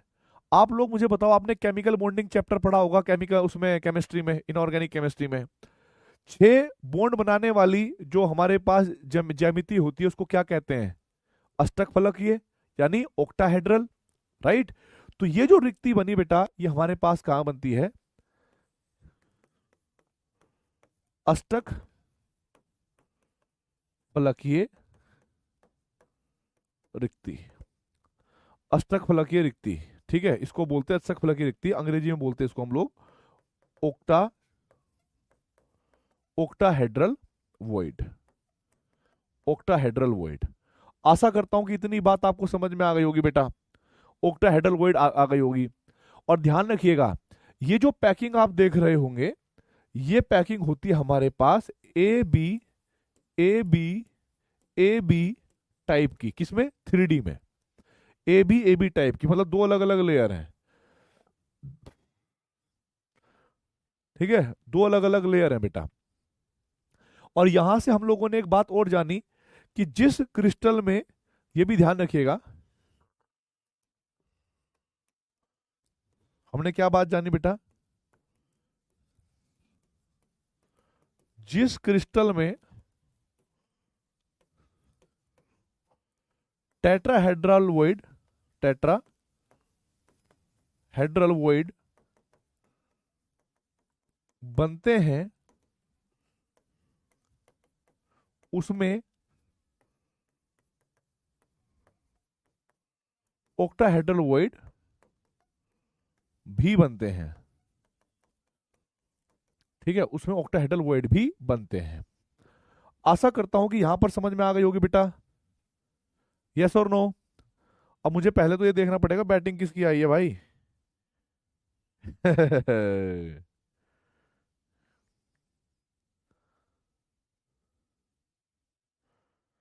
अच्छा, आउट हो गया कोई? यशस्वी जायसवाल, रोहित शर्मा प्लेइंग, विराट कोहली प्लेइंग, ओहो। तो दोस्तों, रोहित शर्मा ने 6 बॉल पे 3 रन बनाए हैं और विराट कोहली ने 10 बॉल पे 10 रन बनाए हैं, और मुझे लगता है दोनों ही शतक मारेंगे आज। अब देखो बेटा यहां पर, ठीक है, अब देखिए बेटा आगे यहां पर क्या होगा। तो ये है अष्टक फलकीय रिक्ति, ऑक्टाहेड्रल वॉइड। और ये भी पता लग गया कि नोट, जिस क्रिस्टल में टेट्राहेड्रल वॉइड बनते हैं उसमें ऑक्टाहेड्रल वॉइड भी बनते हैं। आप मुझे इतना बताइएगा प्लीज, हम्बल रिक्वेस्ट है आपसे बेटा, है ना, हम्बल रिक्वेस्ट है आपसे कि ओवरऑल जो आप देख पा रहे हो, जो मैं इमेजिन करवा पा रहा हूं ज्योमेट्री के आधार पर, यूनिट सेल के आधार पर, आपको समझ में आ रहा है अभी तक? यस और नो? बोलिए भाई, क्या आप लोगों को यहां तक समझ में आ गई बात? हाँ, थोड़ा सा हूं बेटा आज बीमार। मेरा गला यहां से यहां तक दुख रहा है पूरा। एक्चुअली में कल मैंने जो आपकी मंजिल क्लास ली थी, एक तो वो 12 बजे से गई थी 9.5 घंटे की। उससे पहले क्या था ना, मैं और क्लास भी ले रहा था। और उससे एक दिन पहले मेरी वो थी, क्या नाम, केमिस्ट्री बाय, मतलब complete physical chemistry by Harsh Tyagi, NEET वाले। तो बैक टू बैक बहुत सारी क्लास हो गई, जिस वजह से थोड़ा गले पे आ गया। बाकी मैं बीमार नहीं हूँ, बस नींद नींद पूरी नहीं हुई। ठीक है। अब देखो यहाँ पर, अब हम ये जानेंगे कि सर जी हमने ये वॉइड, ये रिक्तियों के बारे में सुना है, पर अब हम ये जानेंगे कि ये रिक्तियां बनती कहाँ होंगी, किस किस में बनती होंगी। तो देखो बेटा, ठीक है, अब देखो बेटा, अब देखो बेटा यहां पर क्या होगा, ये रिक्तियां कहाँ कहाँ बनती होंगी इसके बारे में जानकारी करते हैं। सर, हम विजुअलाइज करना चाहते हैं, विजुअलाइज करना चाहते हैं कि यूनिट सेल में ये रिक्तियां, ये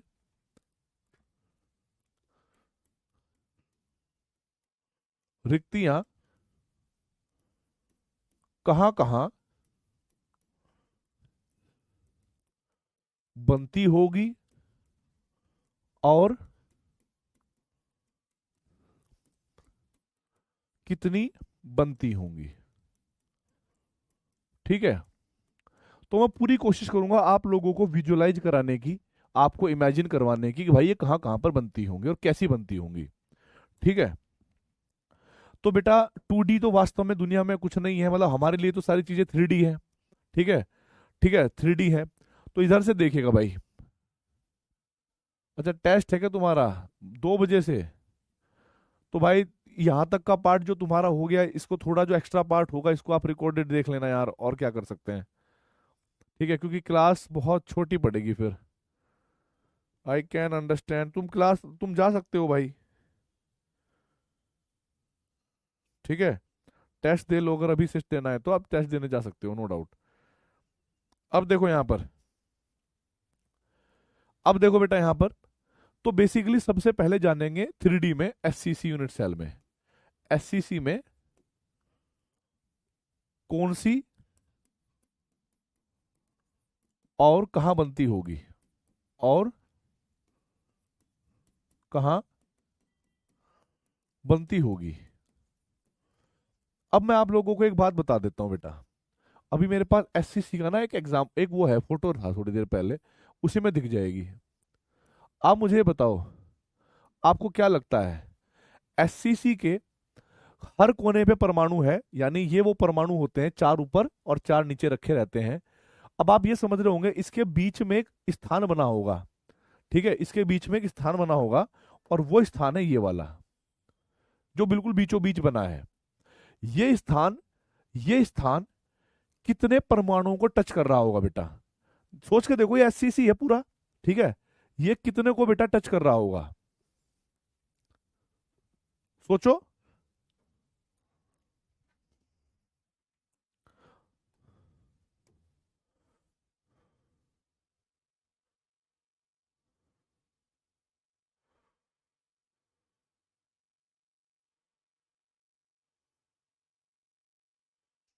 कितनों को टच कर रहा होगा बेटा?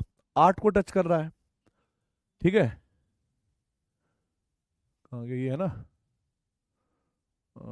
चलो ठीक है यार, इसको कॉपी पेस्ट नहीं कर सकता, लेकिन ठीक है। तो एससीसी में कौन सी और कहाँ बनती होंगी, तो अब आप समझ जाना भाई यहाँ पर। ठीक है, एससीसी में कौन और कहाँ बनती होंगी। बेसिकली जब आप एससीसी बनाओगे बेटा, जब आप एससीसी बनाओगे,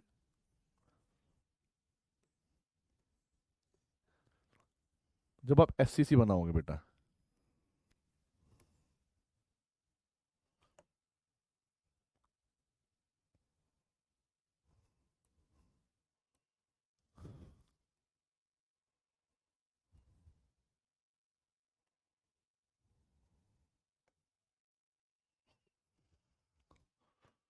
तो आप लोग जान तो गए होंगे, ये तो परमाणु के केंद्र हैं जहां पर मैंने आपको दिखाई दिया कि भाई कहाँ कहाँ बन रहे होंगे।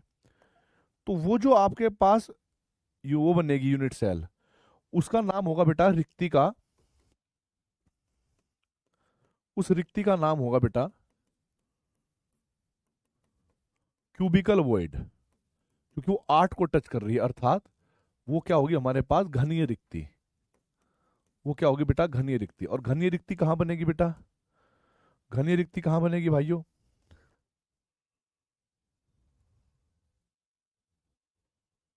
ठीक है।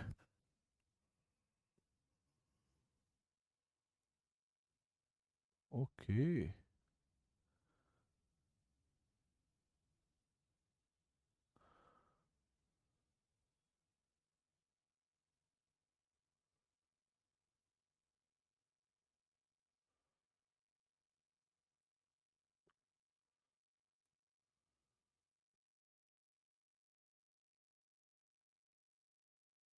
हाँ, घनीय रिक्ति कहाँ बनेगी बेटा? इसके बिल्कुल बीचों बीच। इसके कहाँ बनेगी बेटा? बीचों बीच। और अच्छा, और इसकी कोने से दूरी कितनी होगी बेटा? कितनी दूरी पर बनती होगी इसका केंद्र, और इसका केंद्र क्या होगा हमारे पास? ये होगा a√3 का आधा। इतनी दूरी पर बनती होगी घनीय रिक्ति। ठीक है, एक ही बनती है जिसको हम बोलते हैं घनीय रिक्ति, और इसको हम ये बनती है हमारे पास एससीसी के बॉडी सेंटर पे बीचों बीच। और जिसकी हमारे पास दूरी होती है कोनों से, रिक्ति की दूरी होती है a√3। चाहे तो इधर से देख लो और चाहे बेटा आप इधर से देख लो, हमारे पास ये जो दूरी होगी ये हमारे पास a√3 का आधा होगी बेटा, a√3/2। ठीक है, आशा करता हूं कि यहां तक आप लोगों को बात समझ में आ गई होगी, यस और नो? ठीक है। अब अगर मैं ये जानूं कि दो रिक्तियों के बीच का गैप कितना होगा, दो रिक्तियों के बीच का गैप कितना होगा बेटा, तो आप इमेजिन करिए अगर मैं इधर भी एससीसी को एक और सेट कर दूं इधर। ठीक है, एक इधर एससीसी बनाना चाहता हूं जिससे मैं आप लोगों को थोड़ा सा और समझा पाऊं बातें। ठीक है।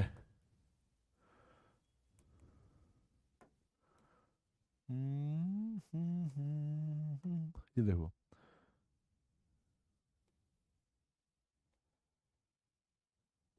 ठीक है।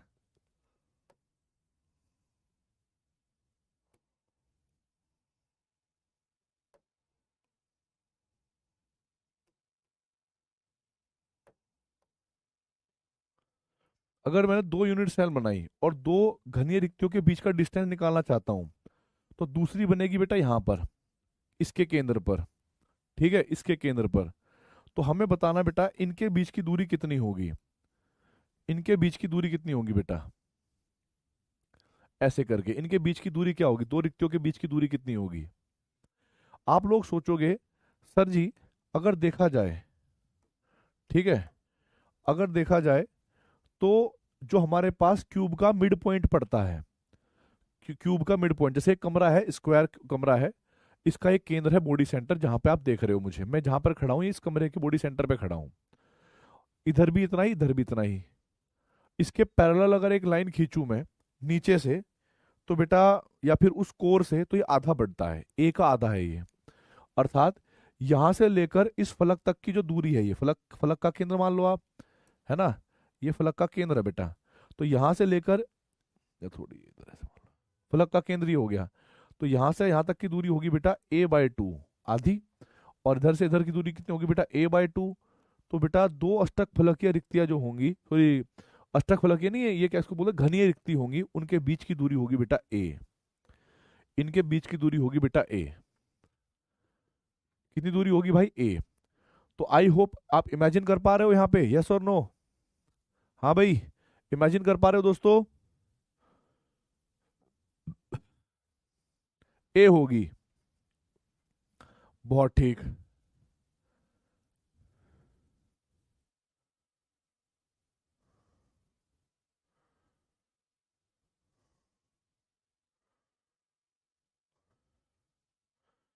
चलिए, शर्मा जी ने जो है कि 2 चौके मार दिए। और अब देखो बेटा आगे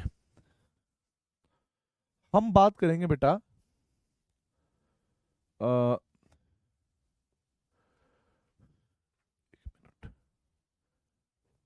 ठीक है, अब हम बात करेंगे बेटा किसकी,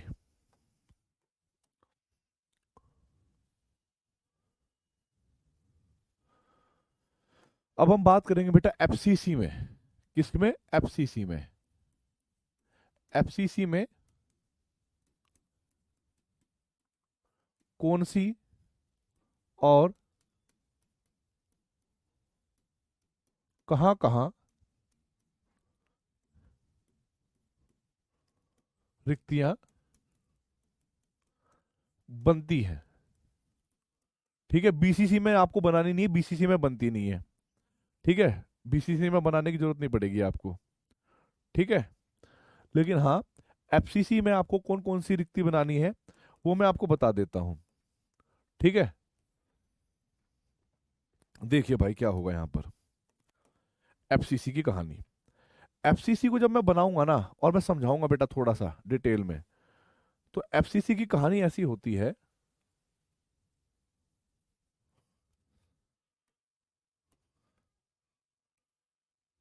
कि भाई एफसीसी में जो परमाणु है ना वो कहां कहां पर होता है बेटा।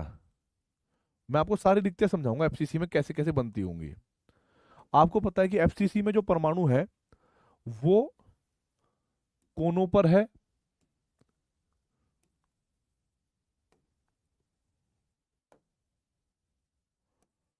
और फलक के बीच में है। ये फलक का बीच है, फलक का बीच है, यहां पर परमाणु है। अब मैं आपको बताता हूं बेटा एक चीज से, आप अगर मान लो किसी भी कमरे में बैठकर ये वीडियो देख रहे हो तो आप अपने आप को केंद्र पे मानना। क्या मानना? केंद्र पे मानना। मान लिया केंद्र पे हो आप, और अगर नहीं भी हो तो प्लीज केंद्र पे जाके खड़े हो जाओ फोन लेकर, या वहां से देखते रहना, केंद्र पे जाके खड़े हो जाओ। हो गए भाई? क्या आप लोग अपने कमरे के केंद्र पे खड़े हो गए? अब सोचो, फलक का आप ये जो दीवार देख रहे हो अपने राइट साइड में, इसके मध्य बिंदु को देखो और सोचो यहां पर एक परमाणु है, बड़ा सा परमाणु है। ठीक है, यहां पर क्या है? बहुत बड़ा सा परमाणु है जो इस तरीके से एक स्लोप के साथ खत्म हो रहा है। इधर एक खत्म हो गया, लेफ्ट साइड में देखोगे तो इधर भी बेटा खत्म हो गया, ऊपर की तरफ देखोगे ऊपर भी एक खत्म हो गया, ऐसे करके गोला बना के। ठीक है, आगे की तरफ देखोगे वहां पर भी खत्म हो गया, पीछे की साइड देखोगे तो खत्म हो गया। ठीक है, तो ये जो आप लोग देख रहे हो बेटा यहां पर आमने सामने की दीवार पर, आप लोग देखोगे ऐसे करके ये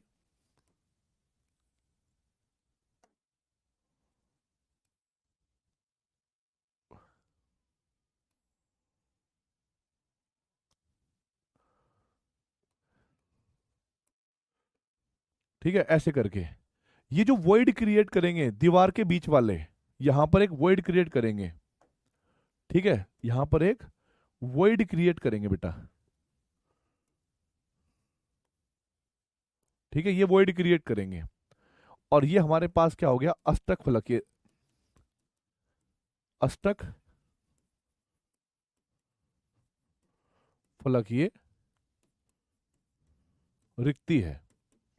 अष्टक फलकीय रिक्ति है बेटा। अब देखो बेटा यहां पर क्या होगा हमारे सामने, अष्टक फलकीय रिक्ति है। अगर मैं इसको थोड़ा एक्सपेंड करूं भाइयों, इसको क्या कर रहा हूं मैं? एक्सपेंड कर दूं,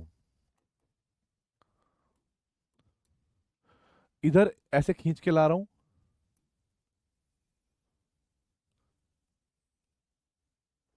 इसको ऊपर की तरफ ले जा रहा हूं, क्योंकि एक यूनिट सेल के ऊपर एक यूनिट सेल रखी होगी। अब मैं रिलेट करता हूं, ये इधर वाला फलक होगा, इसके भी तो केंद्र पर बेटा जी, फलक के केंद्र पर एक परमाणु होगा। ऊपर वाला जो यूनिट सेल होगा उसके केंद्र पे भी बेटा एक ही होगा। तो अब देखो बेटा यहां पर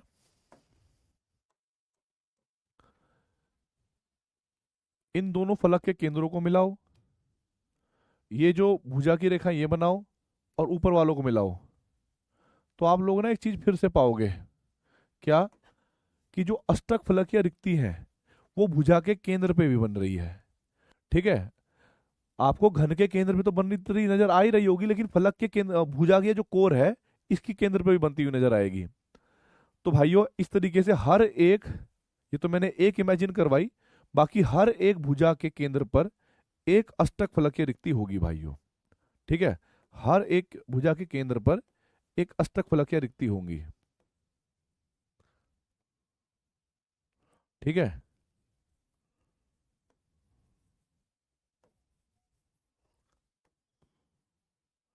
ठीक है, हर एक भुजा के केंद्र पर अष्टक फलकीय रिक्ति होंगी बेटा।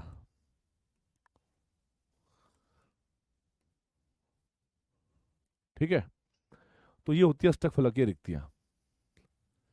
अब देखो बेटा आगे कहानी। अब हमें ये जानना है कि दो अष्टक फलकीय रिक्तियों के जो बीच की दूरी है वो कितनी होती है। ठीक है, दो अष्टक फलकीय रिक्तियों के बीच की दूरी कितनी है। तो बेटा अगर आप लोगों को मैं ये बता दूं, ये डिस्टेंस, इसको आप मिला लो ऐसे करके, और इसको मिला लो आप बेटा ऐसे करके,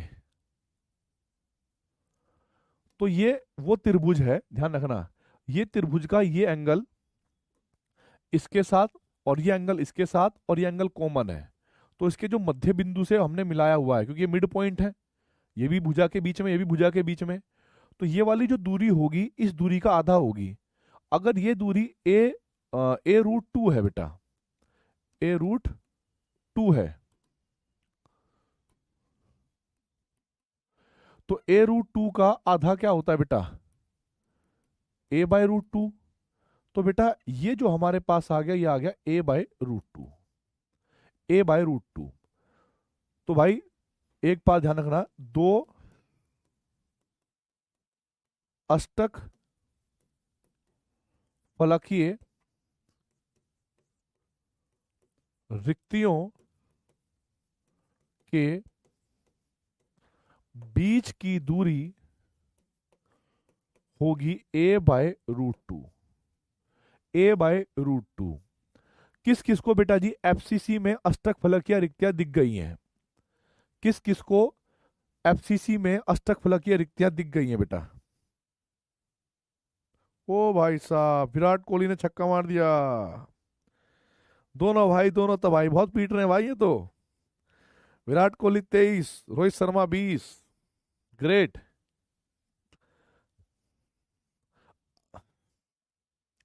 अब ये थोड़ा कंफ्यूजिंग हो गया होगा नो डाउट, मैं एक काम करता हूं, बाकी को इरेज करता हूं। Oh shit shit shit shit shit.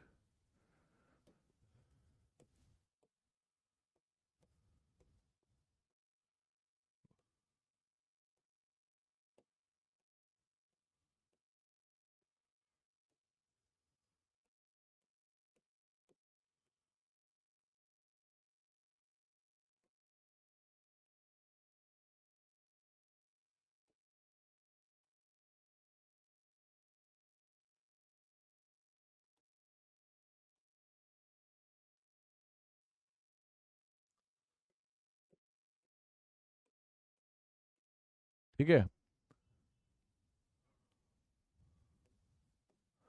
ऐसी हर एक रिक्ति पर, अभी थोड़ा खुला खुला दिख रहा होगा आपको, है ना, अब खुला खुला दिख रहा होगा बेटा। बस ये थोड़ा खुला खुला ही दिखाना था कि या तो भुजाओं के कोर पे बेटा अष्टक फलक की रिक्ति बनती है, या बेटा बॉडी सेंटर पे यानी घन के केंद्र पे बनती है अष्टक फलक की रिक्ति। तो दो अष्टक फलक की रिक्तियों के बीच की दूरी a/√2 निकाली हमने।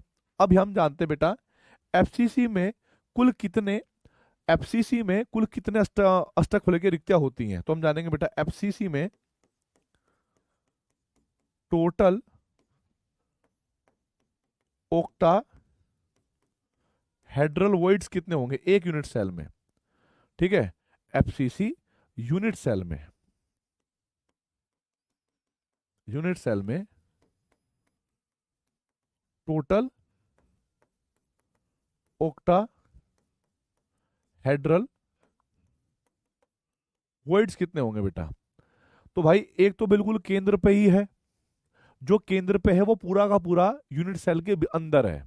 आप सोच के देखो, एक रिक्ति ऐसी है जो पूरे कमरे के बिल्कुल बीचों बीच है, ये दूसरे कमरे के साथ शेयर नहीं हो रही, तो ये तो हो गई 1 प्लस बाकी जो हमारे पास यहां बन रही होगी कोरों पे, कोरों के मध्य पे, है ना, कोरों के बीच में यानी भुजा के बीच में, ये तो और कमरों में भी क्या हो रही होगी बेटा, बट रही होगी।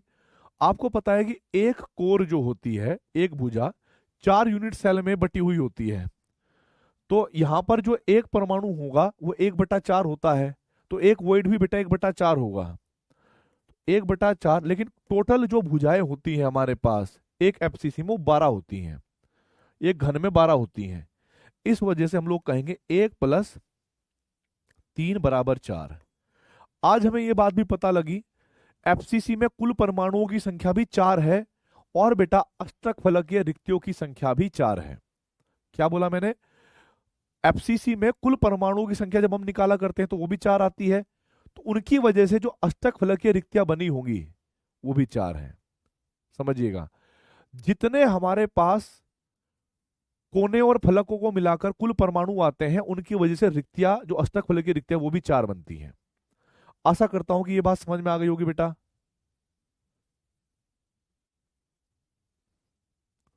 बोलो।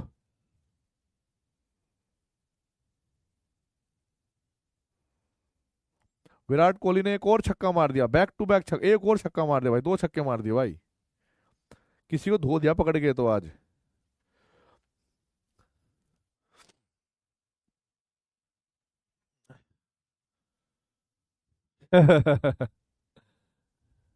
तो मैं तुम्हें कमेंट्री दे ही रहा हूं।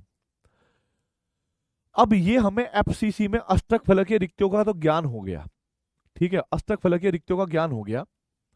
लेकिन मैंने अभी एफसीसी में आपको चतुष्फलकीय रिक्तियां भी बनती है, ध्यान रखना, जहां पर अष्टक फलकीय रिक्तियां बनती है वहां पर चतुष्फलकीय रिक्तियां भी बनती होंगी, क्योंकि मैंने अभी आपको थोड़ी देर पहले लिखवाया जिस क्रिस्टल में टेट्राहेड्रल वॉइड बनते हैं उसमें ऑक्टाहेड्रल वॉइड भी बनते हैं, अर्थात जिसमें ऑक्टाहेड्रल वॉइड बने होंगे उसमें टेट्राहेड्रल भी बनेंगे, सीधी बात है, राइट। अब देखिए यहां पर, अब देखो बेटा यहां पर कि भाई एफसीसी में टेट्राहेड्रल वॉइड कैसे दिखेंगे, एफसीसी में टेट्राहेड्रल वॉइड कैसे दिखेंगे। अब देखो बेटा, शायद मैं आपको इमेजिन करवा पाऊं, इसलिए थोड़ा सा बड़ा बनाऊंगा, ठीक है, थोड़ा सा बड़ा बनाऊंगा ताकि मैं इमेजिन करवा पाऊं, और नहीं करवा पाया तो भाई मैं सॉरी कहूंगा, पर मेरी पूरी कोशिश तो आपको समझाने के लिए लगी हुई है, ठीक है, पूरी कोशिश मेरी आपको समझाने के लिए लगी हुई है। आधे पॉइंट से नहीं, थोड़ा सा ऊपर से बड़ा।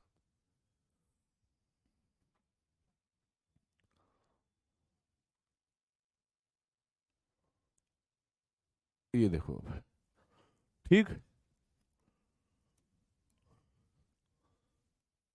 इमेजिन करना आप लोग ये एफसीसी यूनिट सेल में कहां कहां पर परमाणु होते हैं और उनकी वजह से कहां कहां पर वॉइड बनेगा, ठीक है।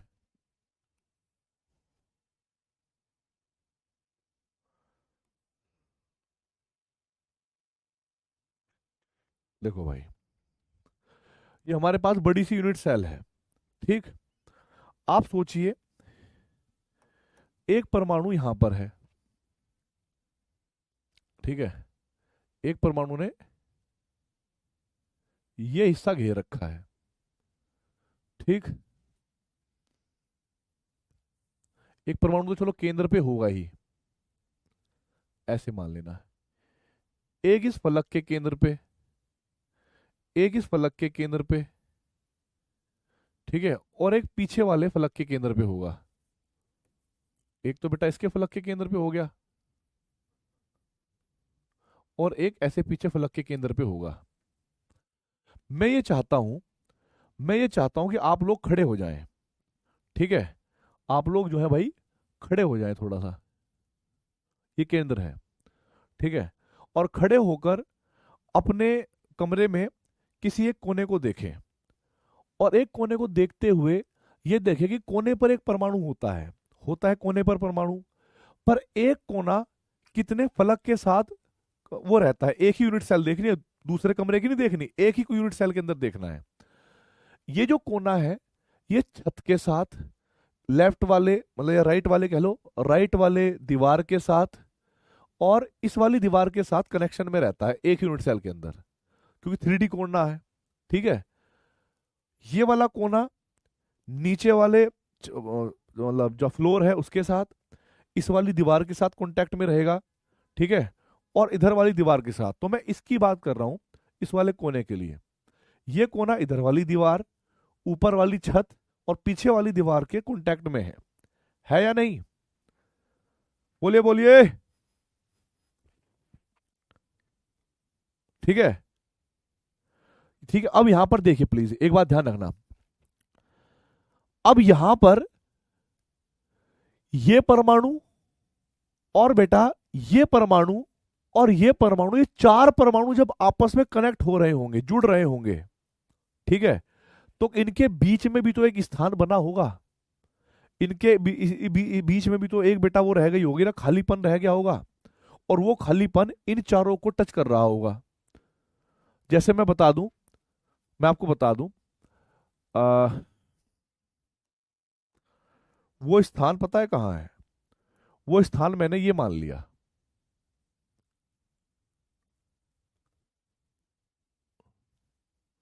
ठीक है। वो स्थान वैसे बनेगा ऐसे, जो क्यूब, ये जो क्यूब का घन होता है ना यहाँ पे, इसके कहीं केंद्र यहाँ बनेगा बेटा।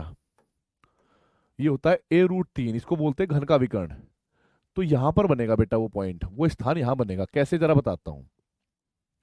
इससे अगर मैं इस सेंटर की बात करूं, इससे अगर मैं इस सेंटर की बात करूं बेटा, ठीक है, इसका, इससे अगर मैं इस सेंटर की बात करूं, इससे बेटा यहां की बात करूं, इससे अगर बेटा मैं पीछे वाले कम इसकी बात करूं, और इससे इसकी बात करूं, तो आप लोग खुद देख सकते हो कि ये जो वॉइड बन रहा होगा यहां पर, ये जो खाली स्थान यहां पर इन चारों की वजह से बना होगा, ये खुद बेटा वो टेट्राहेड्रल ज्योमेट्री बना रहा होगा इस तरीके की। ध्यान से देखिए, आपने पढ़ी होगी इसमें, अरे याद आ गया होगा बेटा।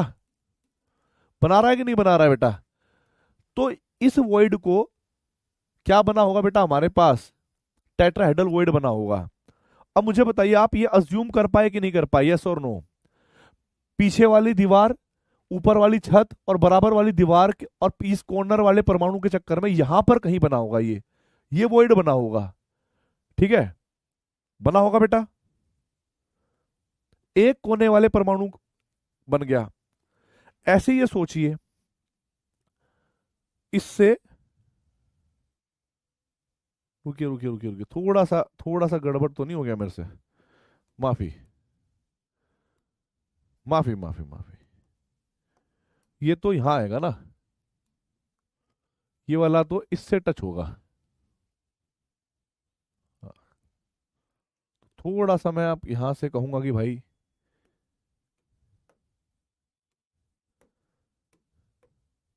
मुझे इसको थोड़ा सा शिफ्ट करना पड़ेगा, क्योंकि घन का विकर्ण ये वाला है। तो मैंने इसको यहां मान लिया, यहां है ये कहीं, ठीक है, यहां पर है, यहां पर। अब थोड़ा और क्लियर समझ में आएगा कि ये हमारे पास, देखो, ये ये ये और ये, ठीक है, ये सारे केंद्र कर रहे हैं इस पॉइंट को। तो ये होता है हमारे पास वो वॉइड। अब हम बात करते हैं बेटा इसके बारे में। यहां पर अगर आप देखोगे, ठीक है, यहां पर अगर आप देखोगे बेटा, तो ये कोने का परमाणु होगा आपके पास। यहां पर क्या होगा बेटा? एक कोने का परमाणु होगा, ये कोने का परमाणु है। ये हमारे पास फरस वाला परमाणु है, जहां पर फरस नहीं है, फरस पड़ा हुआ है आपके घर का, ये वाला परमाणु होगा। और फरस इस वाले उससे भी टच होगा बेटा, सामने वाली दीवार से भी। तो ये हमने सामने वाली दीवार ये मान ली ऐसे, यहां होगा बेटा। और इधर वाली दीवार से भी टच होगा बेटा, तो इसकी दीवार पर ऐसे मान लिया। तो इन चार परमाणुओं की वजह से, चार परमाणुओं की वजह से आप इमेजिन करिएगा, यहां पर भी एक वॉइड बनेगा, यहां पर भी एक वॉइड बनेगा, जिससे आप ऐसे आए, आप इनकी वजह से, इसकी वजह से, इसकी वजह से यहां पर रिक्ति बनी, और ये भी क्या हो गया? टेट्राहेड्रल वॉइड हो गया। ये भी क्या हो गया बेटा हमारे पास? टेट्राहेड्रल वॉइड हो गया। तो हमने ये पाया कि घन के एक विकर्ण पर, घन के एक विकर्ण पर टोटल हमारे पास क्या हुआ बेटा? दो टेट्राहेड्रल वॉइड बने। अब मुझे ये बताओ, एक घन के अंदर टोटल कितने घन के विकर्ण होते हैं? टोटल घन के विकर्ण कितने होंगे बेटा? चार होते हैं भाई। दो अगर यहां बने तो घन का विकर्ण एक ये भी तो है, घन का विकर्ण एक ये भी तो है बेटा।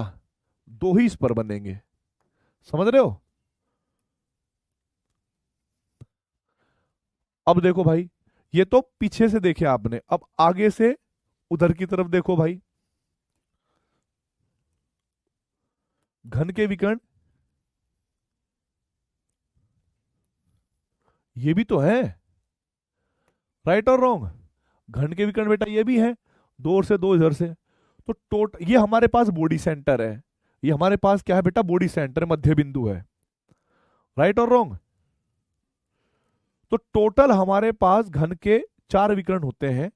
एक विकर्ण पर अगर बेटा जी हमारे पास दो है, तो चार विकर्णों पर कितना होगा बेटा, आठ होगा। तो हम यहां से एक बात समझते हैं भाई, यहां हमने समझा एफसीसी की एक यूनिट सेल में, ठीक है, एफसीसी की एक यूनिट सेल में, ठीक है, एफसीसी की एक यूनिट सेल में 8 टेट्राहेड्रल वॉइड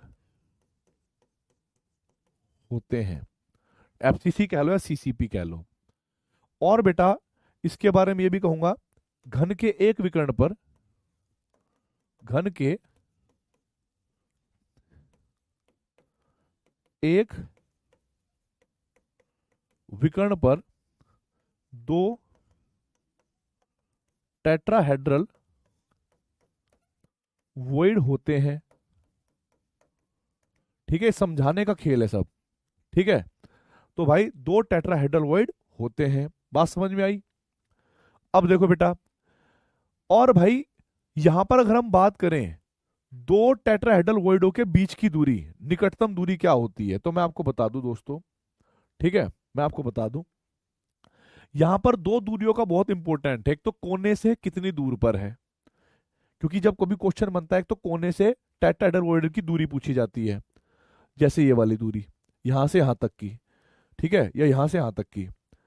तो ये जो होती है बेटा, आप सोचो यहां से एक परमाणु आया, बीच में पूरा एक परमाणु होता है एफसीसी में, मतलब बीच में केंद्र पे भी होगा, एक इधर एक इधर। तो ये जो होगा बेटा पूरे घन के विकर्ण का चौथा भाग होता है ये, ठीक है। कोई अगर आप लोगों से दूरी पूछ ले कि भाई कोने से टेट्राहेड्रल वॉइड, ये टेट्राहेड्रल वॉइड है बेटा, और ये कॉर्नर है, ये क्या हो गया, कॉर्नर। कोई आपको इसके बीच की दूरी पूछ ले, तो ये जो होगा A√3 का चौथा भाग होगा, A√3 का चौथा भाग होगा बेटा, ठीक है। और अगर कोई पूछ ले दो टेट्राहेड्रल वॉइड, दो टेट्राहेड्रल वॉइड के बीच की दूरी, बीच की दूरी, तो दो टेट्राहेड्रल के बीच की दूरी जो भी निकटतम होगा, सबसे निकटतम, ठीक है। तो आप ये मत सोचना कि ये और ये वाला सबसे निकटतम है, एक ही पर दो आए होंगे ना, इस दूरी से निकटतम स्थान बैठता है ये, क्योंकि अगर एक टेट्राहेड्रल वॉइड यहां बना होगा तो पक्की बात है एक यहां भी बना होगा ना इस घन के विकर्ण पर, ये भी क्या है, टेट्राहेड्रल वॉइड। और इनके बीच का जो डिस्टेंस है बेटा,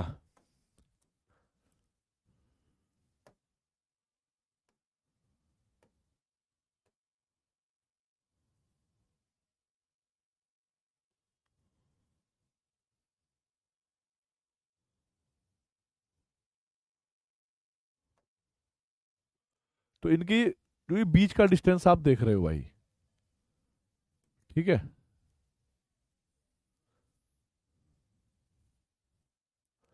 इनके जो बीच का डिस्टेंस आप देख रहे हो ये होता है निकटतम टेट्राहेड्रल वॉइड के बीच की दूरी, ठीक है। अब इसका मान थोड़ा डिराइव करना और कॉम्प्लेक्स होगा एक ही स्क्रीन पर, तो मैं इसको डायरेक्ट लिखवा रहा हूं भाई पे।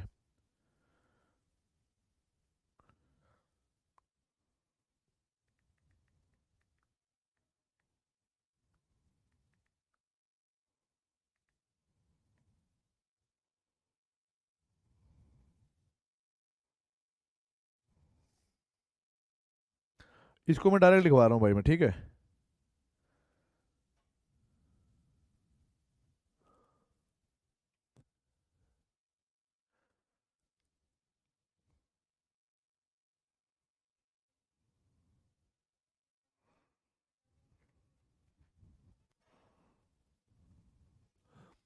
अगर मैं यहां पर डेरिवेशन भी करवाऊं तो आप लोग थोड़ा इस ट्राइंगल को देखना बेटा, ध्यान रखना। ये जो ट्राइंगल है ये, और ये जो ट्राइंगल है ये, ठीक है, ध्यान रखना, क्योंकि यहां से यहां तक की दूरी कितनी होगी बेटा, सुनना मेरी बात को, मैं इसको ड्राइव भी करवा देता हूं, सोचना। यहां से इस पॉइंट से यहां तक की दूरी कितनी होगी बेटा, कोई बताएगा मुझे? Hello hello, mike testing. ये पॉइंट देखना बेटा, ये तो बॉडी सेंटर है ना, केंद्रीय बिंदु है। यहां से लेकर यहां तक की दूरी कितनी होगी भाई, कितनी होगी बेटा?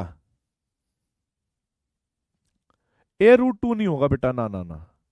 यहां से लेकर यहां तक की दूरी क्या होगी हमारे पास? A√3/2, क्योंकि पूरे का आधा, इधर भी पूरे का आधा, राइट और रॉन्ग? तो ये वाली भुजा और ये वाली भुजा क्या हो गई, बराबर। और ये जो बिंदु है ये है A√2/4, यानी यहां से लेकर यहां तक की दूरी और यहां से लेकर यहां तक की दूरी भी आधी आधी है, ये दोनों मिड पॉइंट हुए ना। तो वो जो मैंने आपको एक बात बताई थी भाई, परमे वाली, अगर आप इस त्रिकोण को और बेटा इस त्रिकोण को देखोगे खाली, तो ये वाला एंगल और ये वाला एंगल बराबर, ये वाला एंगल और ये वाला एंगल बराबर, ये कॉमन आ गया और ये मध्य बिंदु है। तो ये जो आपके पास दूरी होगी ना, ये इस दूरी का आधा होगी। यानी अगर हमारे पास इसकी भुजा की दूरी a है, तो ये हमारे पास A/2 होगी दोस्तों, A/2 होगी, ठीक है, A/2। हाँ, बिल्कुल सही बात है। अब मुझे यह है कि दो टेट्राहेड्रल के बीच की निकटतम दूरी होगी A/2। बस इतनी जानकारी मैंने अगर आपको दे दी तो कोई आपका क्वेश्चन गलत नहीं कर सकता, ये गारंटी बात है मेरी, ठीक है। फिर आपको कोई क्वेश्चन गलत नहीं कर सकता।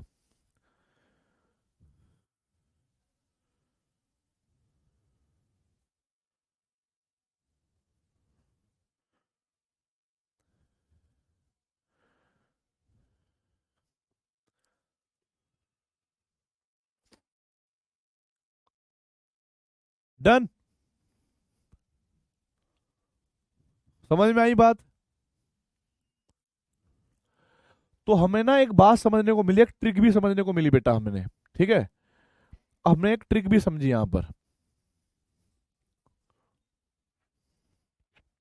करेंगे, 1 मिनट दे दो मुझे यहाँ पे, ठीक है।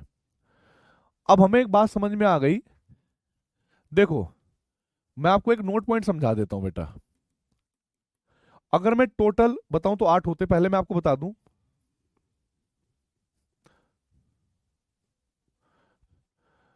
टेट्राहेड्रल वॉइड तथा ओक्टाहेड्रल वॉइड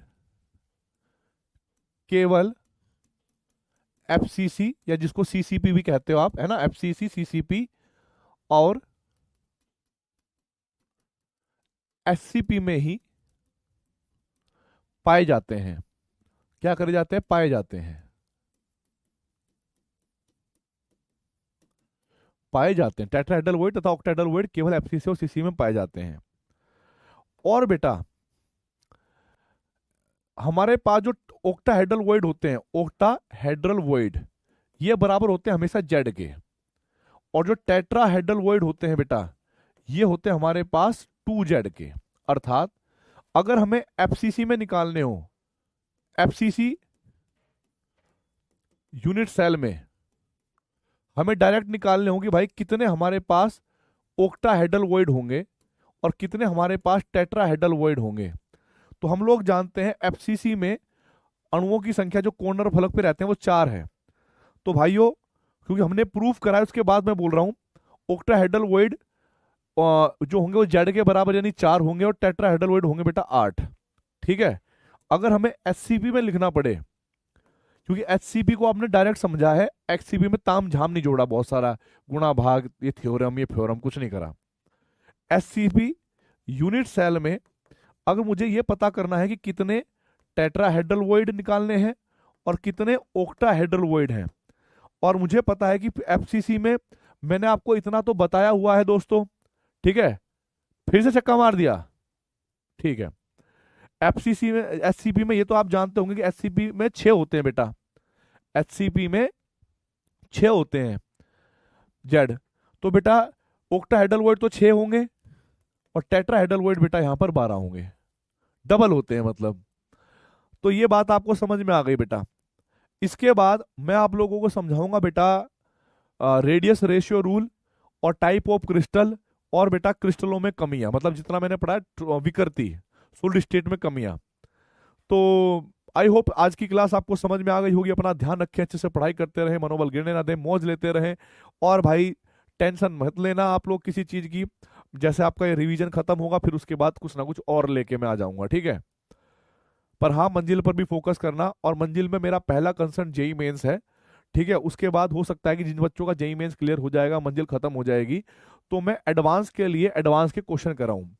अगर बहुत सारे बच्चों की ये डिमांड है कि हमें एडवांस के क्वेश्चन करवाओ मंजिल में, तो वो बेटा अभी बहुत सारे बच्चों की ये भी चाहते हैं कि हमें 99 परसेंटाइल निकालने हैं, ठीक है। तो मंजिल से आप लोग रिवीजन करते रहिए, ऑर्गेनिक केमिस्ट्री का मजा आएगा वहां पर, और आपको फायदा होगा काफी, ठीक है। All the very best. जय हिंद, जय भारत, वंदे मातरम, भारत माता की जय। मिलते हैं अगली क्लास में, तब तक okay bye, take care guys, love you. बता दिया बेटा 118 पे 1 है।